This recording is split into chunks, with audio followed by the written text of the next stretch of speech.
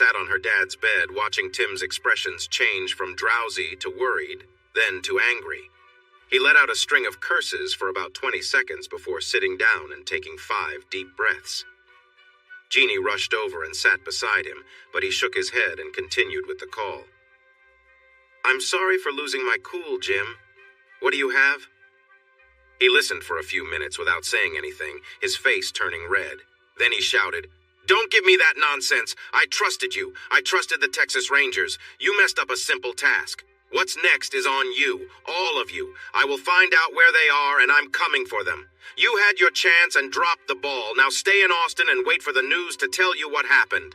And don't tell your superiors anything.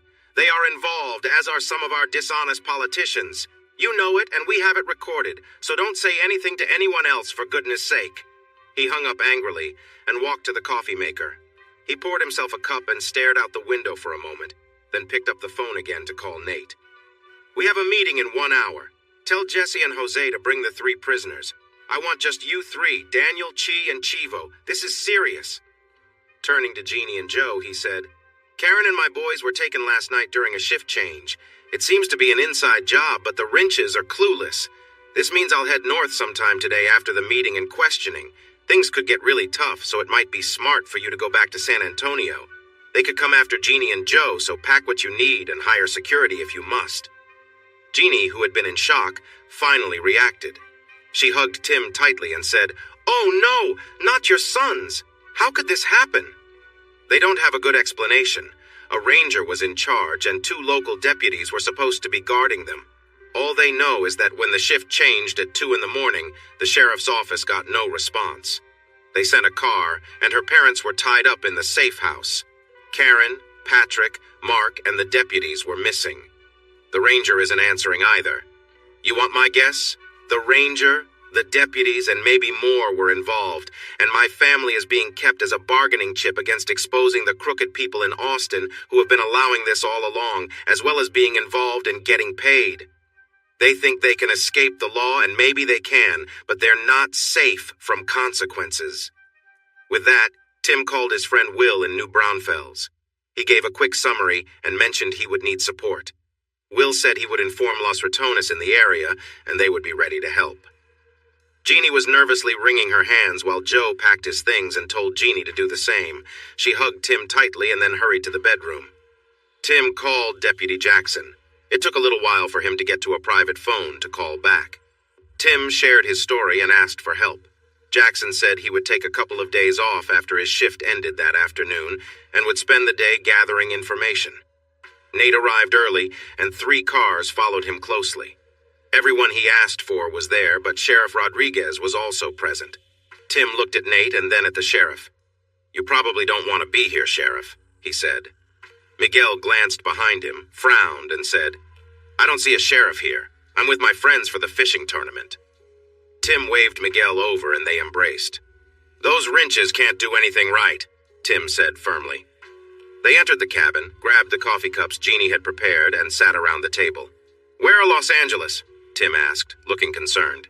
"Secured off-site, just in case. Let's discuss this a little, and then we can ask for their help," Nate replied calmly. "Let me start," Miguel said. "I've been on the phone all morning and learned some things that might help." He shared what he had found out from different sources, including Jim Boyd. Turning to Tim, he added, "I should mention that Jim Boyd is feeling pretty ashamed. He's taking time off and coming down for the fishing tournament himself.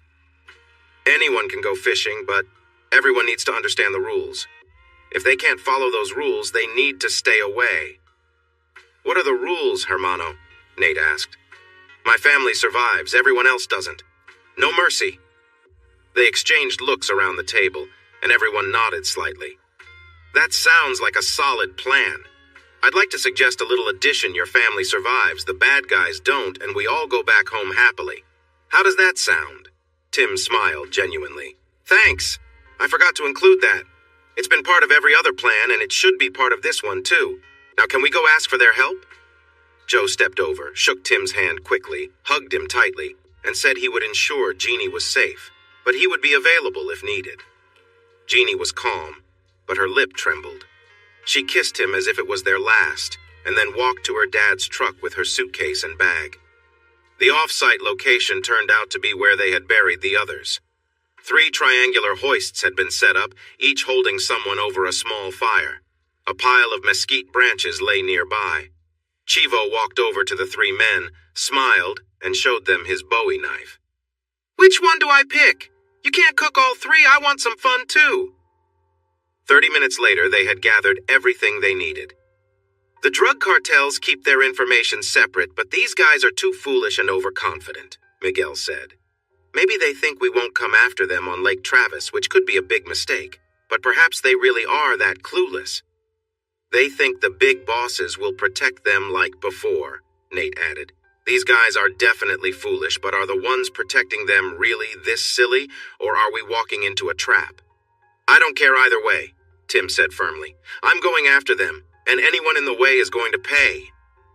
They buried the remains in a pit using a backhoe, then replanted trees and bushes over the spot, placing stones around it haphazardly. There was no sign of a dig or what was buried, but Daniel promised to make it look nicer when he had the time. By morning, it would blend in with the rest of the land. Back at the house, Miguel called Boyd on his private line. They talked for a few minutes, sharing news and information, and then Miguel handed the phone to Tim. Boyd tried to apologize again, but Kelly interrupted him and said nothing would be forgiven until his family was safe. "If you really plan to help, talk to Randy Jackson. My friend Will is coming up with a few others from New Braunfels, and you can all go to the fishing tournament together. I'll give you his number soon, but Jim, let me warn you, if anyone gets in my way, or if anyone is working against us, I promise you they will deeply regret it." He returned the phone to Miguel, and the officers continued to talk. Tim and the others began their final preparations. By 3:30, they had everything packed and ready. They made a few changes to their plan based on new information and left at 3:55 p.m. About 30 miles later, they passed a military convoy heading to drills, and Nate wondered out loud which group was better equipped. They met up on a ranch near Henley, west of Dripping Springs. The owner lived in Houston, and the ranch hand was Daniel Mendez Jr. Boyd updated them that Gomez, the leader of the Devil's Angels, was in charge of security at a lake house near Spicewood. He was there with 10 men, along with Karen and her sons, plus at least 5 other women, 2 of whom came with the Assistant Attorney General and the Railroad Commissioner. He didn't know who the other 3 were, but 2 high school seniors had been reported missing 2 days ago and were thought to have run away. Randy Jackson was scouting, and he would update everyone when they gathered near the lake house owned by the Railroad Commissioner. The group dressed in camouflage and boots, with black smudges on their faces. They had 2 sniper rifles with silencers, some AR rifles with silencers, 2 automatic shotguns, a bazooka, and a grenade launcher. They planned to use the last 3 only if things went wrong, but they were prepared just in case. They met Jackson on a dirt road in a valley about a mile from the large lake house. Jackson had experience as a Marine sniper, and Miguel was his Army partner, so they would lead this mission. After Jackson explained the plan, they made a few changes and parked the 2 vans in the bushes, away from the road. They got into the pickup quietly and drove toward the house with the lights off. It was dark, but the road was clear enough to see with limestone paving and white rocks along the edges. Jackson dropped off 2 groups of 3 at spots he had chosen. They would circle around to the sides of the house. The rest of the team continued without headlights about a quarter mile up the hill, where they turned onto a dirt road and parked the truck. Miguel went to the right with 1 sniper rifle, while Randy Jackson went to the left with the other. They aimed to cover a wide area together. The distance was easy, but they wanted to take out as many targets as possible at the start, so careful timing was very important. Tim, Nate, and the 2 Mendez brothers quietly climbed the hill, spread out, and used binoculars to find the people inside the house. The 8 guards outside were easy to see. They were carrying rifles but seemed careless, wandering around the backyard and chatting with each other. Jackson and Miguel, each with a sniper rifle, had overlapping fields of fire. Their shots would signal the others to move from the bushes toward the house. The main attack would come from the front as well as from the right and left. The snipers would wait a few moments to provide cover before the other 10 men entered the house, which was perched on cliffs above the lake, with no way to escape on the east side. 2 guards were talking on the southwest corner, and 2 more were on the northwest corner when each sniper fired twice. They heard a soft poof from both sides. One was the sound of the shot being fired, and the other was the sound of the bullet hitting the target. The 4 guards fell to the ground silently. The remaining guards were casually patrolling the area when they, too, were taken down quietly. 3 teams moved swiftly across the open field, approaching the house from different directions. They quickly checked the guards and then advanced toward the house's patio, moving along the walls. Carefully, they peered through the windows, using hand signals to communicate the number of people they could see inside. There were 6 people in the living room on the first floor, 2 women and 4 men, all gathered near the bar. Tim, Jesse, and Jim Boyd's teams quietly entered from different sides of the house. Tim led his group through the front door, while Jesse's team entered from the south, and Jim's team came from the patio side. Once inside, Tim signaled Jim's team to watch the stairwell while his group moved closer to the bar. They closed in behind the 4 men, and Jesse's team positioned themselves near the 2 women. 6 silenced weapons were raised. The men saw Jesse's team approach, and the women spotted Tim's. Tim spoke quietly but with authority. "If you make any noise or try anything, you won't live to regret it. Do you understand?" They nodded in fear. Tim continued, "I'm here for my wife and 2 sons. Where are they?" There was a tense silence. Tim drew a short blade from the sheath on his back and placed it against the neck of one of the men. "You have 10 seconds to answer, or you'll never speak again. 10, 9, 8. One man quickly rasped, "Upstairs! They're upstairs!" Tim pressed further. "Where upstairs exactly?" Another man, glancing at Tim with disdain, spoke up. "Kelly, I should have known it was you. You're in way over your head. Let us go and we'll give you the kids. But we're keeping your wife. Not that you care, right?" Tim recognized the voice. "Well, if it isn't the ex-sheriff, fancy meeting you here. So tell me, why am I in over my head? It seems like we're the ones in control." The sheriff sneered. "You have no idea who you're dealing with. If you survive tonight, and that's a big if, we'll hunt you down. Then we'll come for everyone you care about. We're more powerful than you can imagine, and we don't show mercy." Without a word, Tim swiftly acted, cutting the throat of the man in front of him. In a single motion, he struck the ex-sheriff, knocking him to the ground with a heavy blow that shattered his jaw. The sheriff collapsed, blood spilling from his mouth, fear filling his eyes. Tim stood over him and delivered the final strike, ending it. "Not tonight, Sheriff," Tim muttered. Turning back to the others, he leveled his gaze at one of the women. His voice calm but serious, he said, "Tell me what I need to know, or you'll join them." Tim continued his countdown. 9, 8. When one of the women dropped to her knees, her voice shaking. "Please don't hurt me. The boys are locked in a small bedroom upstairs, all the way down the hall to the left. The blonde woman and 2 girls are in the big bedroom across the hall, the one with the glass wall overlooking the lake." Tim shifted his attention to the second woman. "How many men?" he asked. She quickly answered, "I think there are 6, but it could be more, maybe 9. I saw the Gomez brothers and General Spieth go upstairs with some men I didn't recognize, but I've been downstairs most of the night." She pointed at the man beside Tim. "Commissioner Landon knows more." Tim turned to the commissioner, touching the tip of his sword to the man's nose. "Commissioner?" Landon, attempting to maintain some control, responded, "We need to negotiate something here." But Tim quickly cut him off, pressing the sword into his nose, leaving it bleeding. "No negotiations. Tell me, or else." The commissioner grabbed his nose, about to shout, but Daniel, one of Tim's men, quickly knocked him out with the butt of his rifle. The commissioner collapsed, leaving Tim to face the last man, who remained calm. "Your turn," Tim said, watching him closely. The man, unfazed, replied, "There are 2 guards with AKs and 8 others upstairs. Among them are the Assistant Attorney General, a Texas Ranger, a Deputy Sheriff, and a cartel leader. You might want to reconsider if you plan on getting your family out alive." Tim, unimpressed, mockingly replied, "Oh no, not the Devil's Angels cartel." He narrowed his eyes. "Are the Gomez brothers up there too?" The man nodded. "Yes, both Manuel and his brother. The women upstairs have stopped making noise, so who knows if they're still alive. But you should be more concerned about Spieth. He's worse than the rest. And who are you? Tim asked, his tone serious. The man stared straight ahead. Someone you don't want to mess with? Tim nodded toward Daniel, who fired without hesitation, ending the conversation. I guess I won't, Tim said as the man fell. Tim turned back to the women, his voice stern but calm. Now, you've seen what happens. Commissioner Landon might live a little longer because he still has some explaining to do about this whole operation, but you two will stay quiet. We'll deal with the situation upstairs. If we hear anything from you, it won't end well.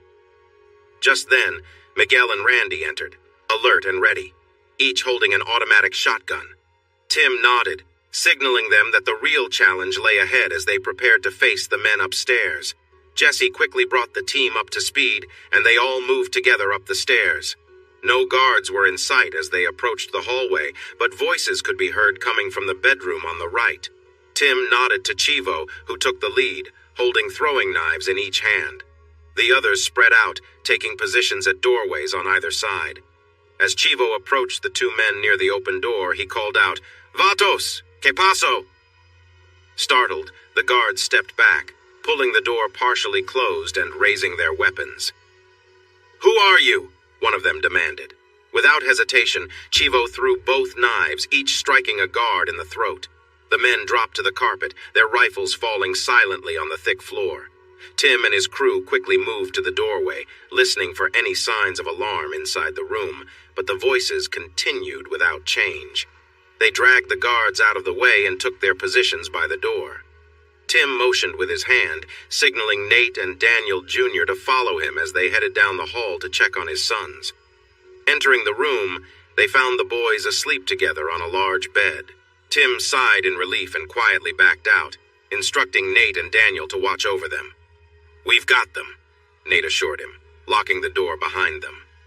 Back at the master bedroom, Miguel and Randy stood ready at the door, shotguns in hand, waiting for Tim's signal. He carefully opened the door just enough to peek inside. The scene was horrific. Katie lay on a large bed in the center, motionless and pale, while two young women on either side of her were sobbing. The women were being held by men with knives pressed against their faces.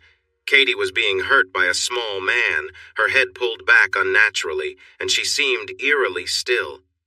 Across the room, the Gomez brothers stood by the window, talking casually in Spanish as they watched the terrible scene. Two other men stood by the wall, one of them holding a video camera, recording the events on the bed. Tim whispered the number of men in their positions to his team, and then counted down from 3. They burst into the room, moving quickly. Tim went straight for the man holding a knife, striking him down instantly. The second man tried to back away but was stopped by a swift cut that left him immobilized and in pain. The Gomez brothers, seeing what had happened, raised their hands in surrender. One of the men by the wall attempted to reach for a gun, but Randy's shotgun took him down before he could react. Chewy confiscated the video camera and ordered the last man to face the wall with his hands up. Tim turned his focus to the man hurting Katie, realizing in horror that she was being strangled by something the man held. The attacker froze as he locked eyes with Tim, and the room fell silent as the rest of the team secured the area. Tim lifted his sword and moved forward. The man quickly let go of the wire and backed away, fear showing in his eyes as he pressed against the headboard. Two other men, who had been hurting the young women, also scrambled back. The closest one tried to reach for a gun hanging on a belt by the bedpost. Ranger Boyd moved toward him, his rifle aimed at the man, and said, "Yeah, go ahead. I'll make sure you regret it."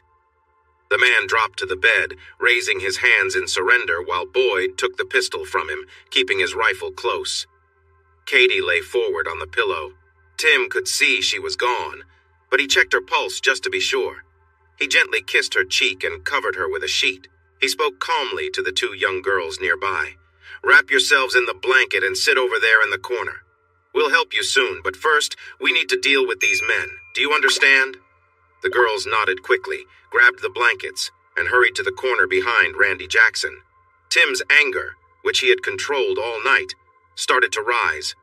The thin man in front of him felt fear and started to talk tough. "Do you know who I am? I'm the Assistant Attorney General of Texas. You're in big trouble." 11 of Tim's crew laughed loudly and Tim grinned darkly. Do you know who I am? No? Let me tell you. I am justice itself. I am here to make things right. I'm the one you should be afraid of.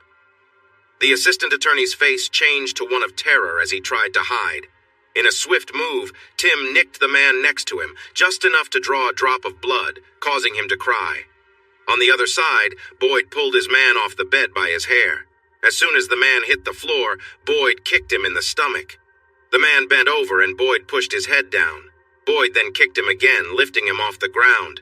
The man cried out and struggled. Boyd stepped on his head, pressing it into the ground. He turned to the crew. This is the man who let Tim's wife and kids down. His name is Terry Jones. And that man on the bed is Deputy Don Long, who was supposed to protect them. He pointed with his rifle. Which of you knows where the other deputy is? Silence fell as neither man spoke. Tim nodded at Chivo, who walked over and flicked his wrist, showing he meant business. The scream caught in Jones's throat as Boyd's boot pressed hard against his cheek. Chivo moved around the bed toward Deputy Long, who quickly raised his hand in a desperate attempt to stop him. Wait, it wasn't me. Long shot him because he wouldn't go along with the plan. We dumped his body in a creek near Taylor. He was my friend, but Long did it, not me. Tim cut in sharply. But you stood by and let it happen, didn't you? You're Long's partner in this whole kidnapping, aren't you? And now you're the one hurting this young woman. Gentlemen, let's take a vote. In unison, the team cast their verdict. Guilty.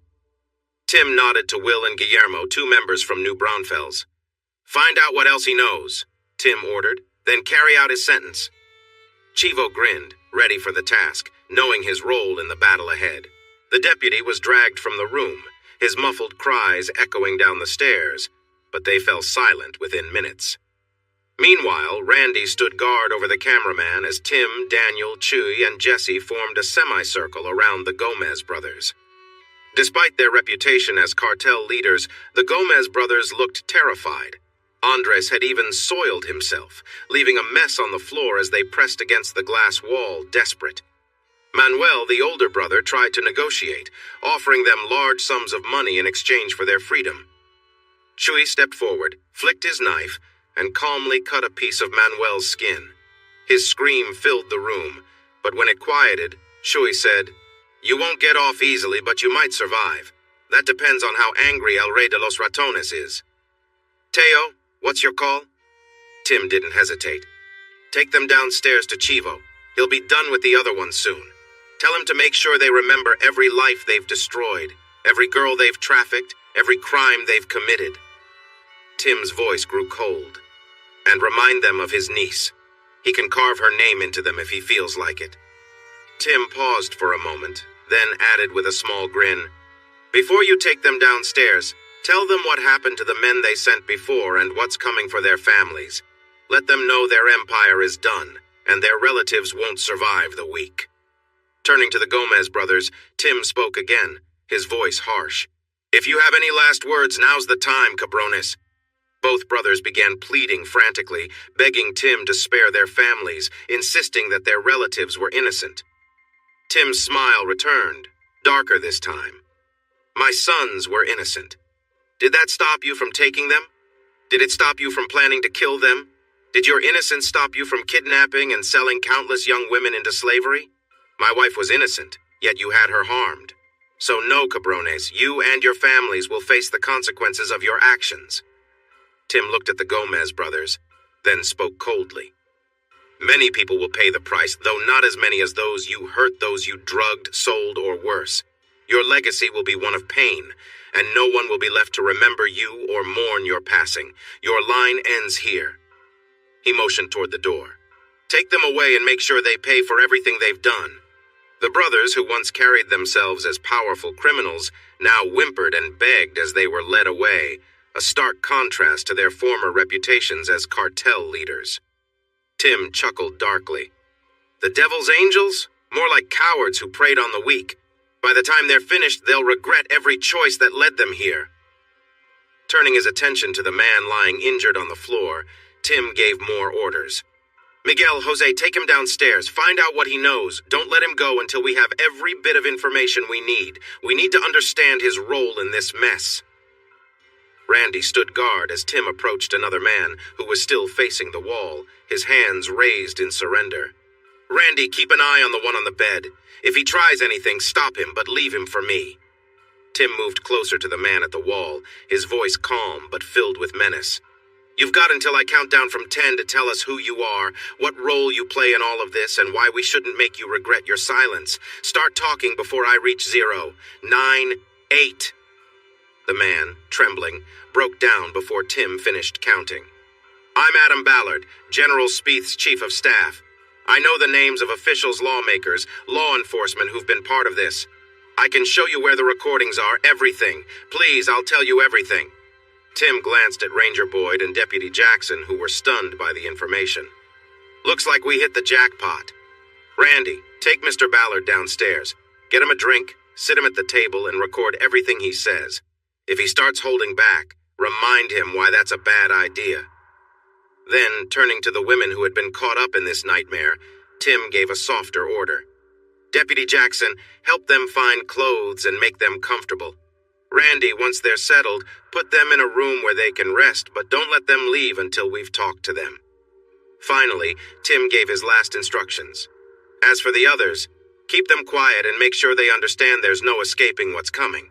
They can have water and use the bathroom, but they don't get to feel safe, not yet." Tim addressed the group, his voice firm but measured. "I haven't decided what's next for everyone. Girls, you've seen how serious we are. Don't make the mistake of thinking we'll go easy just because of what you've been through. If you try to leave without permission, we won't hesitate to act. Once we're done here, we'll talk about what happens next. Any questions?" Jackson stood nearby with the girls, who were no longer crying, though they clung to each other. The rifle stayed trained on Adams, ensuring no sudden moves. After a moment, one of the girls, a tall brunette, gathered her courage and spoke. "Coach Kelly," she began, her voice steady. "We recognized you, even with all the dirt and paint on your face. I'm Sharon from your advanced physics class. This is my friend Jana. She doesn't have you as a teacher." She took a breath before continuing. "We want to tell you what happened and how we ended up here." Sharon explained how they had left the Dairy Queen and were on their way home when a car forced them off the road. "It was Coaches Rogers and Slaughter," she said, her voice trembling. "We screamed, but they tied us up and threw us in the trunk of their car." She recounted how they were taken to an old house on a dirt road. "They warned us that no one could hear our screams and that how badly we were treated depended on how we followed orders."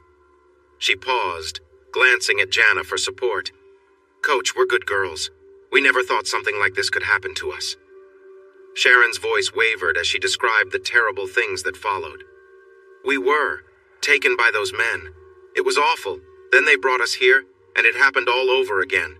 But when we saw Mrs. Kelly fighting back as hard as she could, it gave us strength, and we tried to fight too." Sharon's voice broke when she spoke about Tim's wife. "The men threatened to hurt your sons if she didn't cooperate. She stopped fighting then. She told her boys she loved them and to be good for you when you came to get them." Tears filled her eyes as she recalled the scene. "Your sons were crying, begging them not to hurt their mom." Sharon struggled to continue. "They made her lie still while they hurt her. She couldn't fight anymore. We heard her gasping, and then it was quiet." Sharon and Jana were both in tears by now. "We're so sorry, Coach. We tried to fight, but—" Tim cut her off gently. "No, don't blame yourselves. None of this is your fault. These men are responsible for everything, and they will pay for it tonight." He paused, glancing at Randy. "Go with Randy now. I need a moment with the skinny man." His voice was quiet but firm as he turned away, ready to face the man who had caused so much pain. "I will talk to you later. Randy, please use the VCR downstairs to make at least 2 copies of the tape and look for anything else important that we don't want destroyed or getting into the wrong hands." Tim, Randy, and Jim knew the girls would never be the same, and they felt sorry for what had happened to them. However, keeping the girls safe was a risk.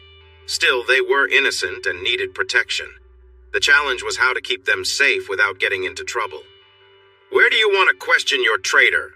Tim asked Ranger Boyd. "I'd rather do it somewhere with tools. I'm not good with knives and swords, but I can use tools like hammers and pliers. I saw some in the garage, so I'll find some help and take him out there." "You understand that after what we just saw and heard, I plan to take my time, Jim said with a sneer. This guy isn't going to enjoy what he did. Send Will, Guillermo, and someone else if you can spare them, just not Chivo. He has enough on his plate. Assistant Attorney General Spieth continued to whimper on the bed, only a few feet from Karen's body. Tim moved closer and put the sword against his back, making a long but shallow cut. Blood came out, and Spieth yelped in pain and fear. He lost control right there. Tim laughed at his fear. Will, Guillermo, and Jesse soon entered the room. Help him relax a bit, but don't hurt him too badly. I'm taking Karen into another room. He wrapped a sheet around her and lifted her up, carrying her out of the room as he had done on their wedding night. His emotions were strong, but he pushed them down and told Karen, I'm so sorry, my love. I hope you are with God in heaven. I need to deal with those who hurt you before I can really grieve. You died a hero, protecting our boys the best you could. If only I had known to come sooner to save you. He gently closed her eyes. I will always love you, Karen. I'm so sorry you suffered, but know that those who caused you pain are gone now. They all faced their own suffering. Know that Spieth and those who betrayed you will also pay for their actions, and Spieth will meet the end last of all, welcoming his own fate. You will never see them again, because none of them will be in heaven with you. Tim knelt beside her, his heart heavy with grief. I hope one day I can find enough redemption to be with you again, he whispered. That depends on the Lord's forgiveness for what I've done and what I'm about to do. Maybe you can speak on my behalf. His voice broke as he added, I've loved you since the moment we met. Rest now, my angel. He gently swept her hair back, framing her face. Despite everything, she looked peaceful. Tim kissed her forehead and covered her face, his sorrow turning into a deep, burning anger as he stood. Justice needed to be served. He walked back to the master bedroom, his mind focused on confronting the man responsible. Inside, Spieth was face down, pinned under Will, who was holding his head down in a pillow. Wayne and Jesse were restraining him by his feet, which were nailed to the floor. Spieth's muffled cries filled the room as he begged for mercy, but no one was listening. Wayne stepped aside when Tim entered. His hands are tied as you instructed. What now? Lift him up and put the large pillow under him, Tim ordered, his voice calm but filled with purpose. Once Spieth was restrained, Tim took a wooden tool and slowly forced it against him, causing Spieth to scream in pain. His attempts to escape were futile. Tim's anger burned brighter as he asked, How many women and girls have you hurt like this? Spieth cried out again, but Tim ignored his pleas. He continued with the punishment, drawing a parallel between what Spieth had done to others and what was happening now. Eventually, Spieth passed out from the pain, but Wayne revived him with cold water. Tim then placed a clear plastic bag over Spieth's head, sealing it tightly. They watched as Spieth struggled for air, nearing the point of suffocation. Tim cut a small hole in the bag at the last moment, allowing him to gasp for breath, only to repeat the process moments later. Tim leaned down, his voice low but firm. Do you want to live or at least die quickly? We can keep this up all night. Are you ready to talk? Spieth, desperate and terrified, nodded frantically. Your chief of staff has already told us about the tapes and files, Tim said. But maybe you can still tell us something useful if you want any chance of easing your suffering. Spieth's desperation showed in his voice as he blurted, Yes! I have a box of photos evidence of rich and powerful people, including politicians involved with underage girls and boys, local, state, and even national figures. I can get them for you, just don't kill me. Tim, calm but firm, replied, Then show some good faith. Give us the exact location and explain how you plan to retrieve them. Spieth shook his head, panic rising. No! If I tell you, I know you'll kill me. But I'll take you there. Tim's tone remained steady.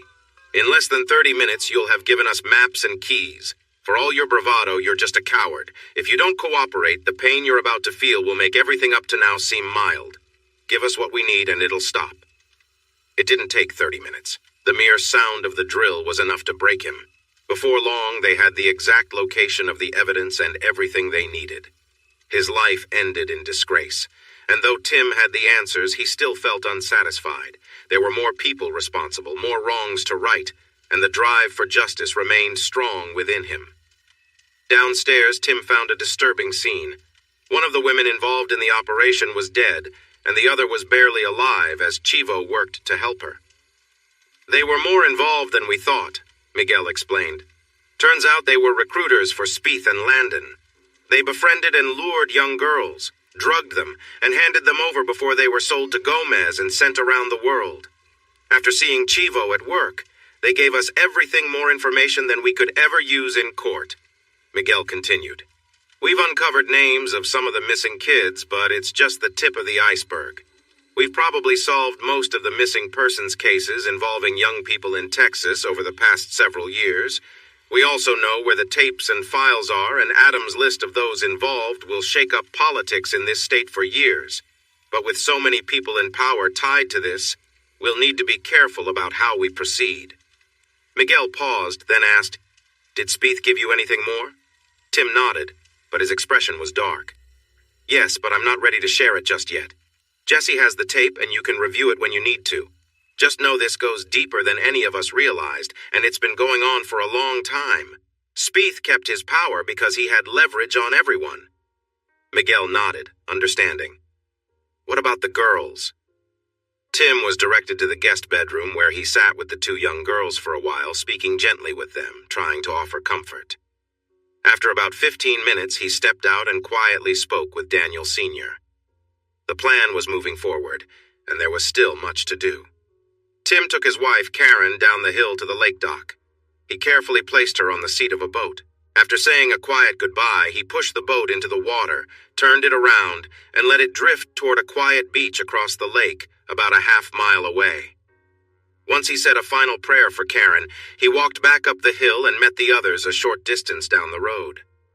While the boys slept peacefully, Nate and Tim guided the girls over 2 hills into a deep ravine behind the second hill. The girls made a small camp with blankets against the stone cliff on one side and sat quietly, holding the sleeping boys close. Nate reminded them about the plan and how to talk to the police and firefighters who would come first. Tim gently kissed each of his sons and the girls. He asked them to review their plan, and they did it just as he wanted. Nate praised the girls for their bravery and hoped for a chance to meet them in happier times. The other men waited on the road in their cars. Nate and Tim got ready, and they drove away. About 30 minutes later, they arrived in the small town of Bee Cave, where Tim got out and used a payphone to make a call. As they turned their vehicles north, they saw a large fire in the distance and heard police sirens. They watched as the local fire department rushed to respond and parked their trucks just down the road. The men said a quick prayer and drove back to the ranch near Dripping Springs. Later, Nate and Tim sat at Tim's house in Cedar Park, watching the morning news on TV. The reporters showed footage of a house that had been destroyed by a fire and an explosion near Lake Travis. A fire investigator spoke, saying they wouldn't know anything until the fire cooled down. It seemed like there had been a gas explosion, but there was no mention of survivors, which worried the brothers since the girls and their sons should have been mentioned. At 7 a.m., Tim called the sheriff's office in Karen's hometown, but they had no updates. He called the local police, and they told him the same. Tim wanted to call Jeannie, and Nate wanted to call Linda, but they knew they had to wait to avoid any monitored calls. Finally, their anxious waiting came to an end just after 9:30. A detective from the Austin Police Department said that Tim's sons were at Brackenridge Medical Center. He reassured Tim that the boys were okay physically, but were feeling very upset. They were with a social worker and a child psychologist for help. The detective asked Tim to come to the medical center right away. Tim agreed but wanted to know where their mother was. The detective replied he only had information about Tim's sons. Nate drove quickly along US 183, even making experienced drivers nervous on the busy road. Although there were no accidents, he navigated around slower cars, sometimes going off the road or around red lights. They made the 20-mile trip in just 20 minutes. Nate dropped Tim off at the emergency entrance before looking for a parking spot. Tim hurried inside to the desk, gave his name, and someone made a call. A police officer in plain clothes came over, introduced himself as Detective Cox, and asked Tim to follow him. Nate arrived as they were leaving the emergency room. Tim introduced him as his brother, and they were soon taken to the children's floor. The detective knocked on the door of a room where the boys were. A woman with red hair in a suit opened the door and waved them in. Patrick and Mark were sitting with an older woman in scrubs, listening to a story. When Patrick heard the door, he quickly turned around, jumped up, and shouted, "Daddy!" He rushed over to Tim. Mark looked confused at first, but then smiled and ran to Tim, crying, "Daddy! Daddy! Daddy!" Tim embraced both of his boys, tears of joy streaming down his face as they kissed him and hugged him tightly. Nate stood back with the detective and the woman, both smiling widely as Tim spun his boys around and returned their kisses. The heartwarming reunion lasted several minutes until little Mark gently held Tim's face in his hands and said seriously, "Daddy, bad men came and took us away from Granny and Gramps. We drove a long way and then they took us from Mommy." Patrick added, "Daddy, they put us in a big room and Mommy was crying. The bad men were hurting her and she was crying. They said they would hurt us too, but Mommy begged them to leave us alone. They took us outside, but Mommy told us she loved us and to behave for you when you came to get us. I hate those mean men." Mark turned Tim's face back to him and said, "Mommy said she loved us to the moon, but she was crying. Daddy, you need to find those bad men and bring Mommy back." Tears filled the eyes of everyone in the room, but Tim fought to stay calm for his boys. He said, "There are many people looking for Mommy right now, boys. We need to take you home and wait for them to bring her back. We'll call Granny and Gramps and we can go see them after the men find Mommy," Tim reassured his boys, trying to keep them calm. Turning to the detective, Tim asked, "Have you found her?" The detective shook his head, replying, "I'll tell you everything we know in a few minutes. Right now, focus on your sons." Confused, Tim asked, "How did you find my sons but not my wife? They should have been together." The detective explained, "Your sons were found with two young women hiding in a ditch near a house fire by Lake Travis. I'll give you all the details when we talk later. Right now, just take care of your boys. There's a phone you can use to call their grandparents or anyone else you need to. Is it okay if I speak with your brother while you're with the boys?" Tim nodded. "Sure. But please, if you hear anything about Karen, let me know immediately. Before you go, who are the girls they were with?" The detective provided their names, asking if Tim recognized them. Tim replied that he knew both. They were students at the high school where he taught. One was in his second period physics class, and he knew they were involved in dance and track. But they had never babysat his sons, so he couldn't understand why they were with the boys. The detective assured him that they'd explain everything later. After spending more time comforting his sons, Tim asked a woman in scrubs who was nearby if she could stay and read to the boys while he made some calls. She agreed, and the boys settled into their chairs as she began reading to them. Tim first called his parents, letting them know the boys were safe and asking them to inform Linda, Daniel, and Dora. Then he called Karen's parents, sharing the relief that the boys were okay, but also the distressing news that Karen was still missing. He asked them to stay home in case Karen tried to contact them. Next, Tim called Andy. "I've learned that my boys are safe, but Karen's still missing," he said. "The girls they were with are students I know, but I don't understand why they had the boys with them. They're going to need legal help. There are things here that may look suspicious, especially with the explosion."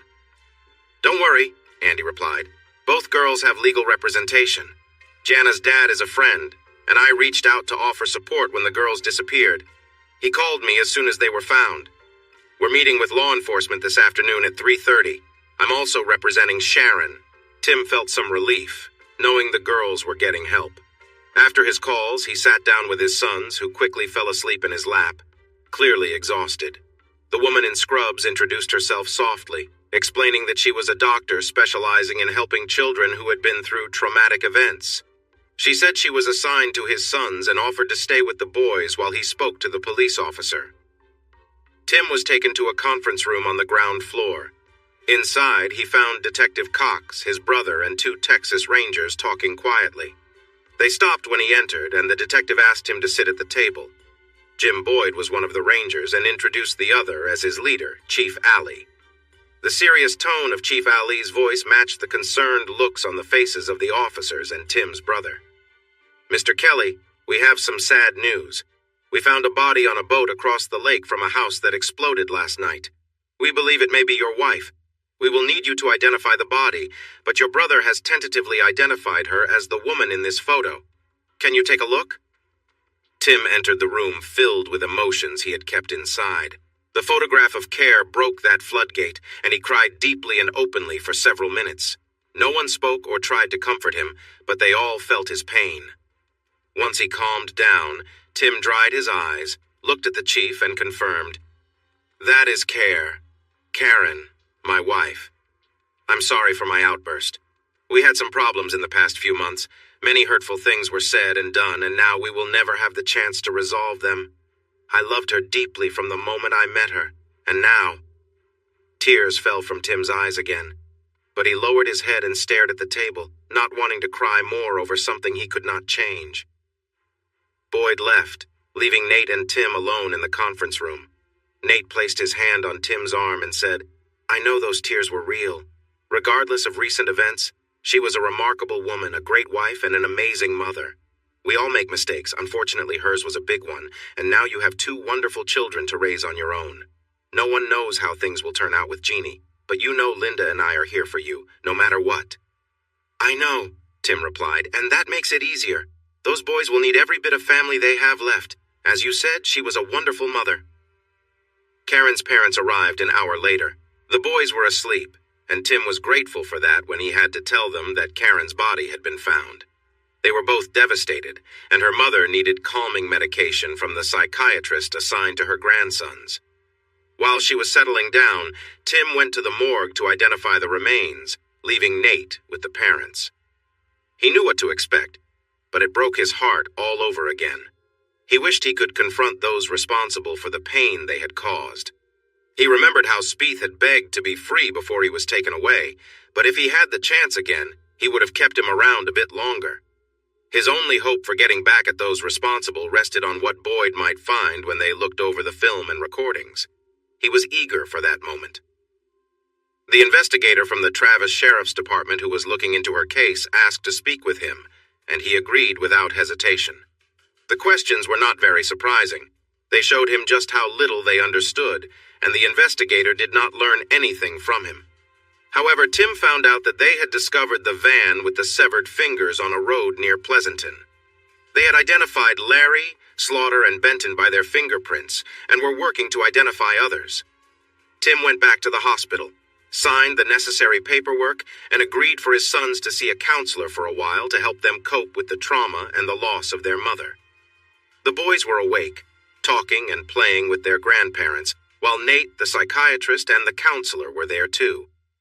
Tim sat with one boy on each knee and gently shared the news with them. He told them that Mommy was in heaven with God and the angels, and that she was happy and looking down on them. He assured them she would always be there if they needed her. Mark cried softly, letting his tears soak into Daddy's shoulder while Patrick got angry. "It was those mean men, right, Daddy? They were hurting her. I yelled at them, but they wouldn't stop. I want to find them and make them pay for what they did to Mommy."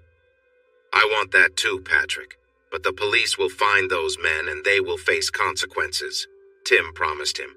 "No! 2 policemen were the ones who took us.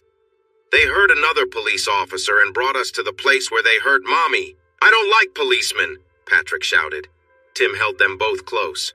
"Patrick and Mark, most police officers are good, but sometimes there are a few that are not. Those 2 are bad. But remember, Ranger Jim is a good one, right?" Patrick nodded, then began to cry again. "I love Mommy. I want her here with us, not in heaven. We need her." The next hour was incredibly tough. Both boys cried, their grandparents cried, the psychiatrist and counselor shed tears, and Nate and Tim found themselves crying too, as they tried to comfort everyone. Eventually, everyone's emotions wore them out. Tim took the boys home in Nate's pickup truck, while Nate followed with their grandparents, who were still too upset to drive. Once they were all settled, Nate went to pick up pizza and spaghetti from Mr. Gaddy's.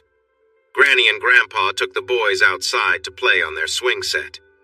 Tim called his parents and asked them to share the news with everyone down south. They mentioned that Linda had already informed them, and that they were ready to come up whenever Tim wanted. He asked them to wait until he called again the next day. Next, he called Andy, but there was no answer. so he decided to call the Housemans. Jimmy told Tim that Andy was meeting with two girls, their parents, and the investigator in charge of their case. He also mentioned that Jim Boyd had gotten permission to search the AG's office, and he was there with a fellow ranger he trusted. Jimmy asked if Tim would stay at his house and promised to keep him updated when he had more information. Tim hesitated, knowing that the next call could be very important if not handled well. He decided to call anyway. Jeannie answered the phone after 2 rings. Tim paused before speaking formally. "Jeannie, this is Tim. I wanted to say I'm very sorry about your husband's passing." Jeannie took a moment before replying, "Thank you, Tim. I heard that Karen has also passed. I'm really sorry about that too. I know you and your sons must be heartbroken. Can I do anything to help?" As Tim listened to her voice, he wished he could be with her for support. He needed her kindness and comfort at that moment. But he couldn't do that, so he thanked her for her offer, invited her to reach out if she needed, and mentioned that he hoped to express his condolences in person soon. She asked about funeral plans, and he explained it was too early since they needed to conduct an autopsy first before releasing her body. Tim then asked about Larry. Jeannie told him his parents would hold a memorial in Chicago for family, but nothing was said in Texas yet since his body hadn't been found. They agreed to keep each other posted and ended the call. They said nothing to suggest anything was wrong, but the conversation felt incomplete. The smell of bacon and coffee filled the air, waking Nate and Karen's parents. The boys were already playing in the living room. While they weren't sad, they seemed less cheerful than usual. A breakfast of eggs, bacon, biscuits, milk, and coffee, along with friendly chat, helped start the day on a good note. After sending the boys outside to play, Granny asked Tim to call and see if there were any updates. He nodded and picked up the phone. His first call was to the coroner, who said the body would likely be released the next day. The second call was to the Sheriff's Department investigator, who had no new information. His third call came from Jim Boyd. He asked Tim when he could be interviewed, and Tim replied that it should be in a neutral place. Boyd suggested the Houseman house in an hour. After telling his in-laws he needed to meet with the Texas Rangers looking into their daughter's death, Tim and Nate headed to Northwest Austin. The meeting took place around the dining room table at the Houseman's house, with Boyd and Terry across from Tim and Nate. Jimmy, Patty, and Andy sat at the ends of the table listening closely. Boyd let Ranger Terry take the lead, and he began to ask the usual questions that law enforcement often asks during an investigation. Tim answered quickly and confidently, showing that he had nothing to hide. Terry felt reassured that Tim was being honest. Some questions were asked of Nate, but he pretended not to know anything beyond what Tim had shared. Ranger Terry left at 4:30, saying he needed to be at his daughter's cheerleading tryouts at 6. Once Terry was gone, Boyd checked the room for any hidden devices while the others talked, and then he rejoined them. "Nate is also your client, right?" Boyd asked the lawyers. Nate took out 3 $20 bills and handed one to each of them. They confirmed that he was indeed their client. "Great. Tim and Nate, let's keep this conversation focused," Boyd said. They both nodded, and Boyd went on. "Based on what we learned from Andy's clients, Ranger Terry and I carried out a search at the offices of a state official. What we discovered was very worrying, to say the least. I can't share the specifics, but we copied some important documents and gave the originals to a trusted friend at the FBI. We kept the copies in different locations because we're unsure how the agents will handle the evidence. We know that many influential people are involved, and they will do whatever it takes to prevent this from coming to light. There might be negotiations, some people may step down, and others might escape consequences, or they may face serious charges. Ranger Terry and I will be prepared at all times, so I suggest you do the same, Tim. Your name is linked to this situation, so be careful. Now, can I have a few minutes alone with the brothers? I promise it won't be an interrogation." The lawyers left the room, closing the door behind them. "Tim, did you ever watch the videos you got from Rogers's house?" Boyd asked. "Most of them, not all," Tim replied. "Why do you ask?" "We need to watch them now, if you still have them. This situation began long before Karen and involves many more people. It reaches the highest levels of the state and even into federal matters, with some well-known names from sports, entertainment, and business involved. If any of them are in those tapes, we need to find out," Boyd urged. "Can we trust the 3 lawyers, or should we find a different place?" Tim assured him that they had already gone through many of the videos and could be trusted. The earlier lightheartedness faded as they entered the den. Now serious. Jimmy took out the videos from his safe, and they looked at the titles for clues about the content. 2 unlabeled tapes were wrapped together and seemed unused, but Tim noticed one looked partially used, so they prepared to watch it. Both tapes were T200 recorded in LP format, which meant they could run for over 400 minutes each. After watching for an hour, they realized that the events they saw were very connected. To figure out who was involved, they needed to watch everything closely. One thing was clear. Spieth's claim that wealthy and famous people were heavily involved was true. Tim and Boyd wanted to return to their families, so they asked the Housemans to make 3 copies of the recordings. They wanted to keep the originals safe and provide a copy to Tim and Jim. The Housemans agreed and said they would store the copies in their safe until everyone could watch them together later. Before you go, Sharon, Jana, and their parents want me to keep you updated. Patty, can we use your office? 30 minutes later, they were heading home, happy that the girls' meeting with the sheriff's investigators went as well as they had hoped. The house was lively when Nate and Tim arrived. The boys were busy entertaining Tim's parents, his sister Jan and her husband Gary, along with Nate's wife Linda. Karen's parents were cooking hamburgers, while Grandpa Paul managed the grill and Granny Beth prepared the sides. Tim and his family had received condolences before arriving, and there were many hugs, especially from his mother, with a few tears shed. Linda gave him a warm hug, told him she loved him and his boys, and reminded him to look out for each other. After dinner and cleaning up, everyone gathered in the living room to watch the boys play and talk. Their grandmothers helped them get ready for bed at 7:30, and their dad read them a story until they fell asleep.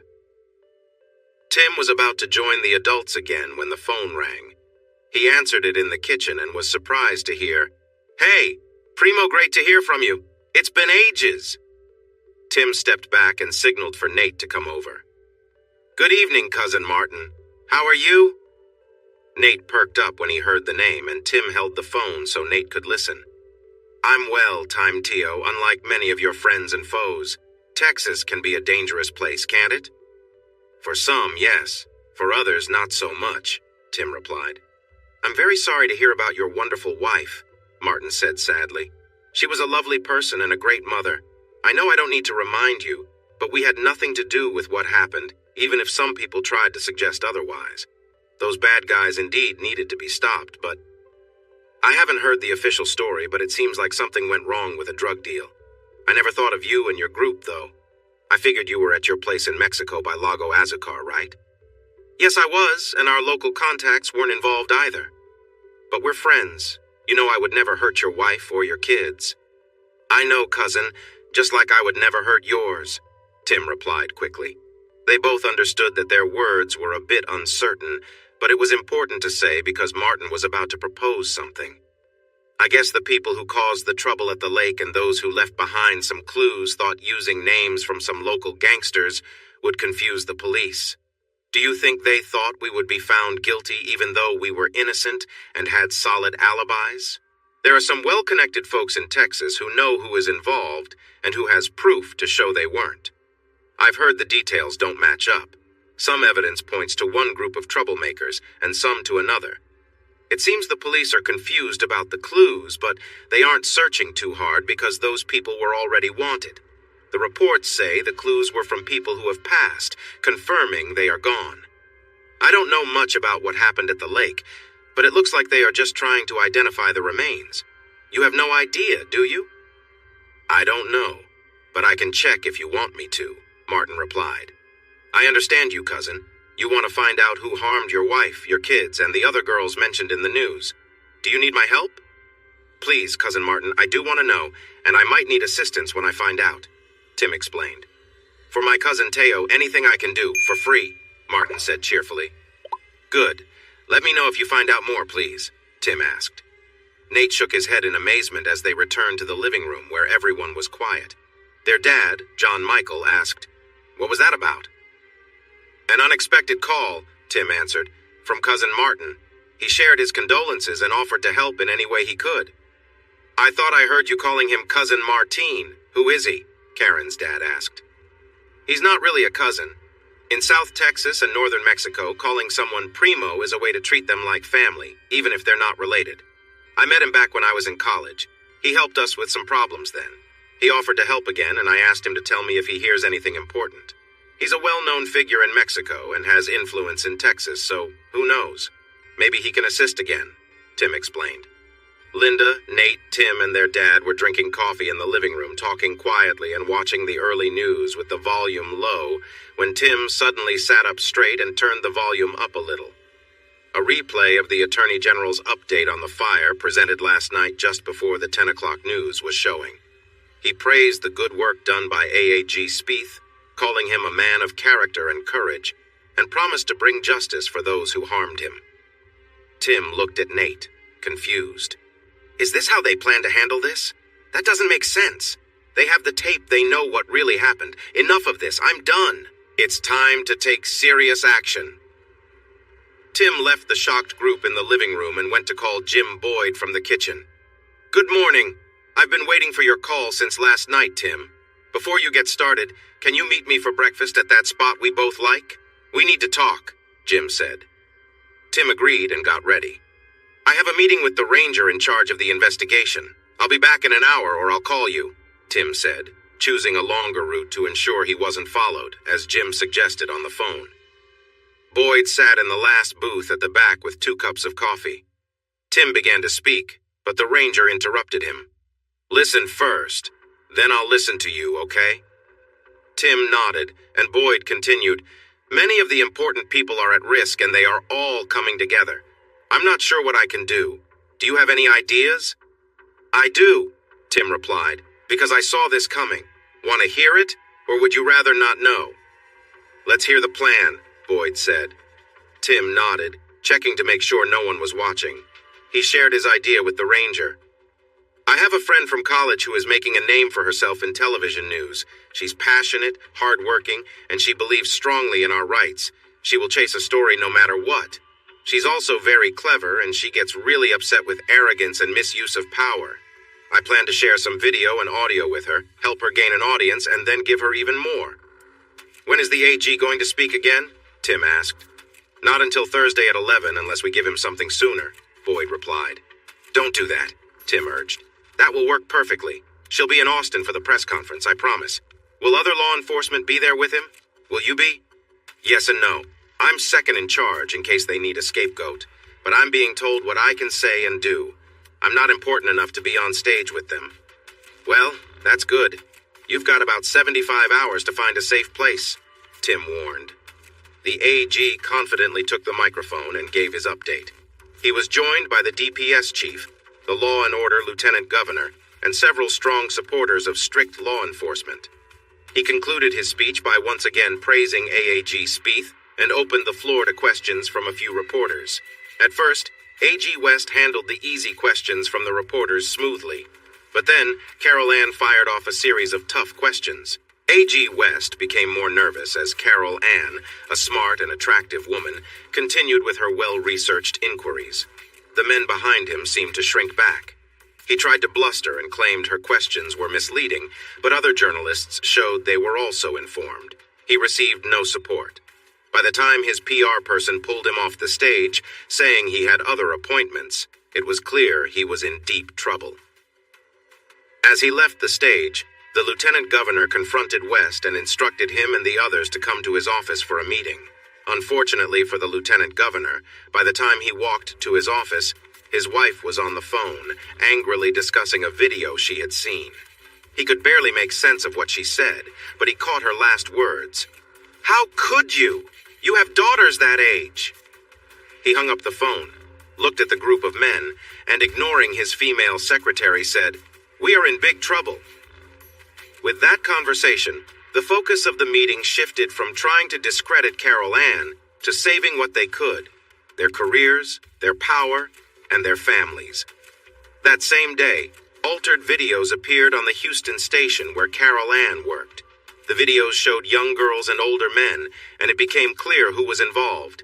AAG Spieth, AG West, Lieutenant Governor Daniels, and several legislative leaders. A few days later, business leaders, a senator, and 3 congressional representatives were publicly linked to the scandal.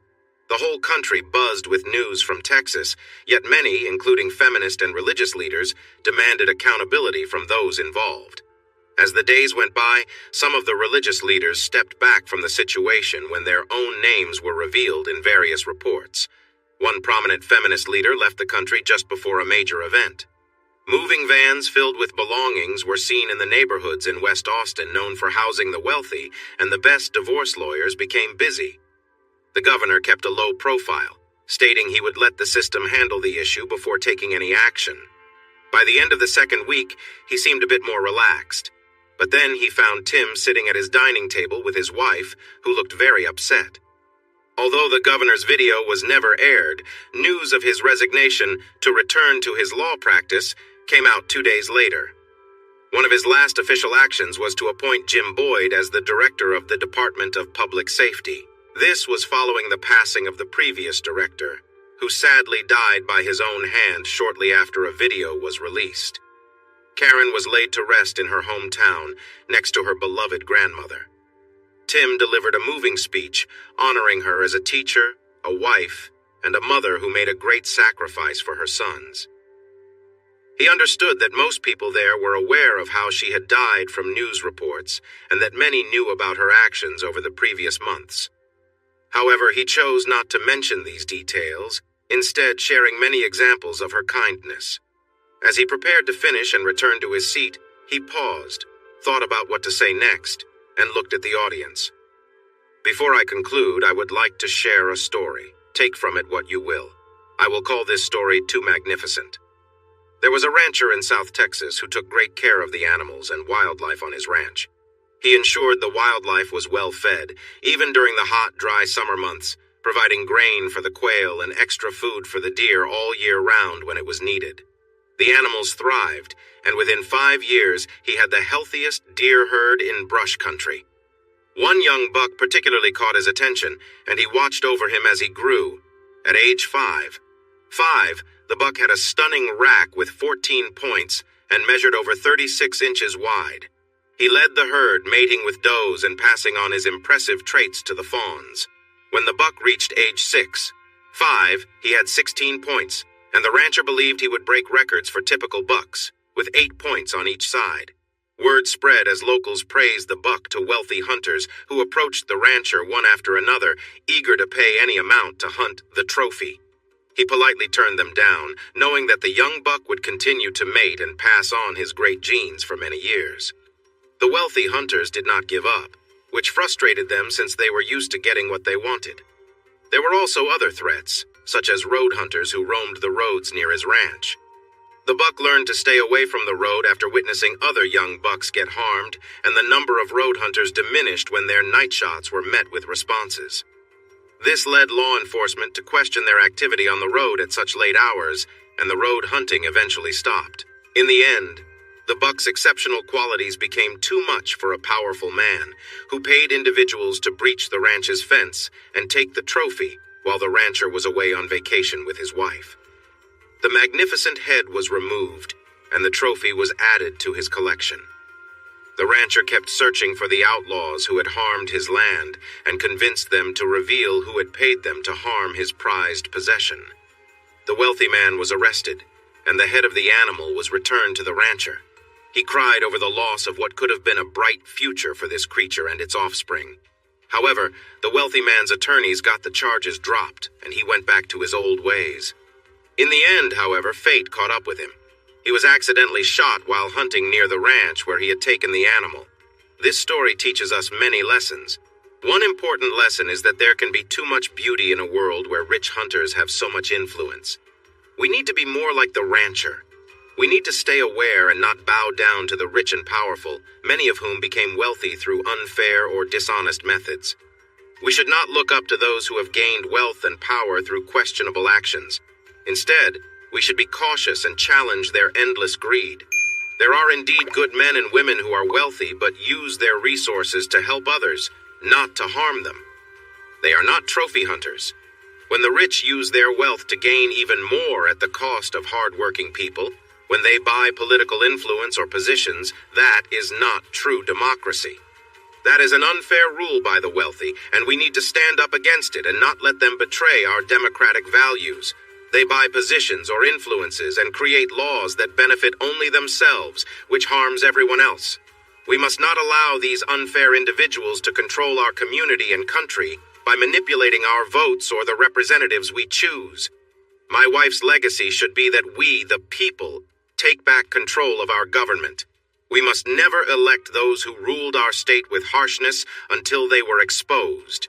Keep this in mind when voting in the upcoming elections, to fill the seats of those who were forced to step down when revealed, and think about it again in the fall when we can change the course of our state and nation. Karen will be deeply missed by her family and friends. Whether her brave actions were in vain will be determined by the choices we make together in the future. May Karen be blessed. May we receive guidance in our journey. Thank you for being here. There was complete silence as Tim took his seat. Jeannie looked out the passenger window of her dad's SUV, watching the landscape pass by as they headed east to I-35 and then north to San Antonio. She seemed relaxed, but her face was serious, her body still, and her eyes focused. "A penny for your thoughts," her dad said. "I doubt they are different from yours, Daddy," she replied. Concern for Tim's boys and wife, worry for Tim and those who are with him, and anger at those who caused this. "Does that sound right?" she said without looking away. "Pretty much. We just need to add a lot of prayer and we are close to the truth. You know he has to do this, right, honey?" "I know, Dad.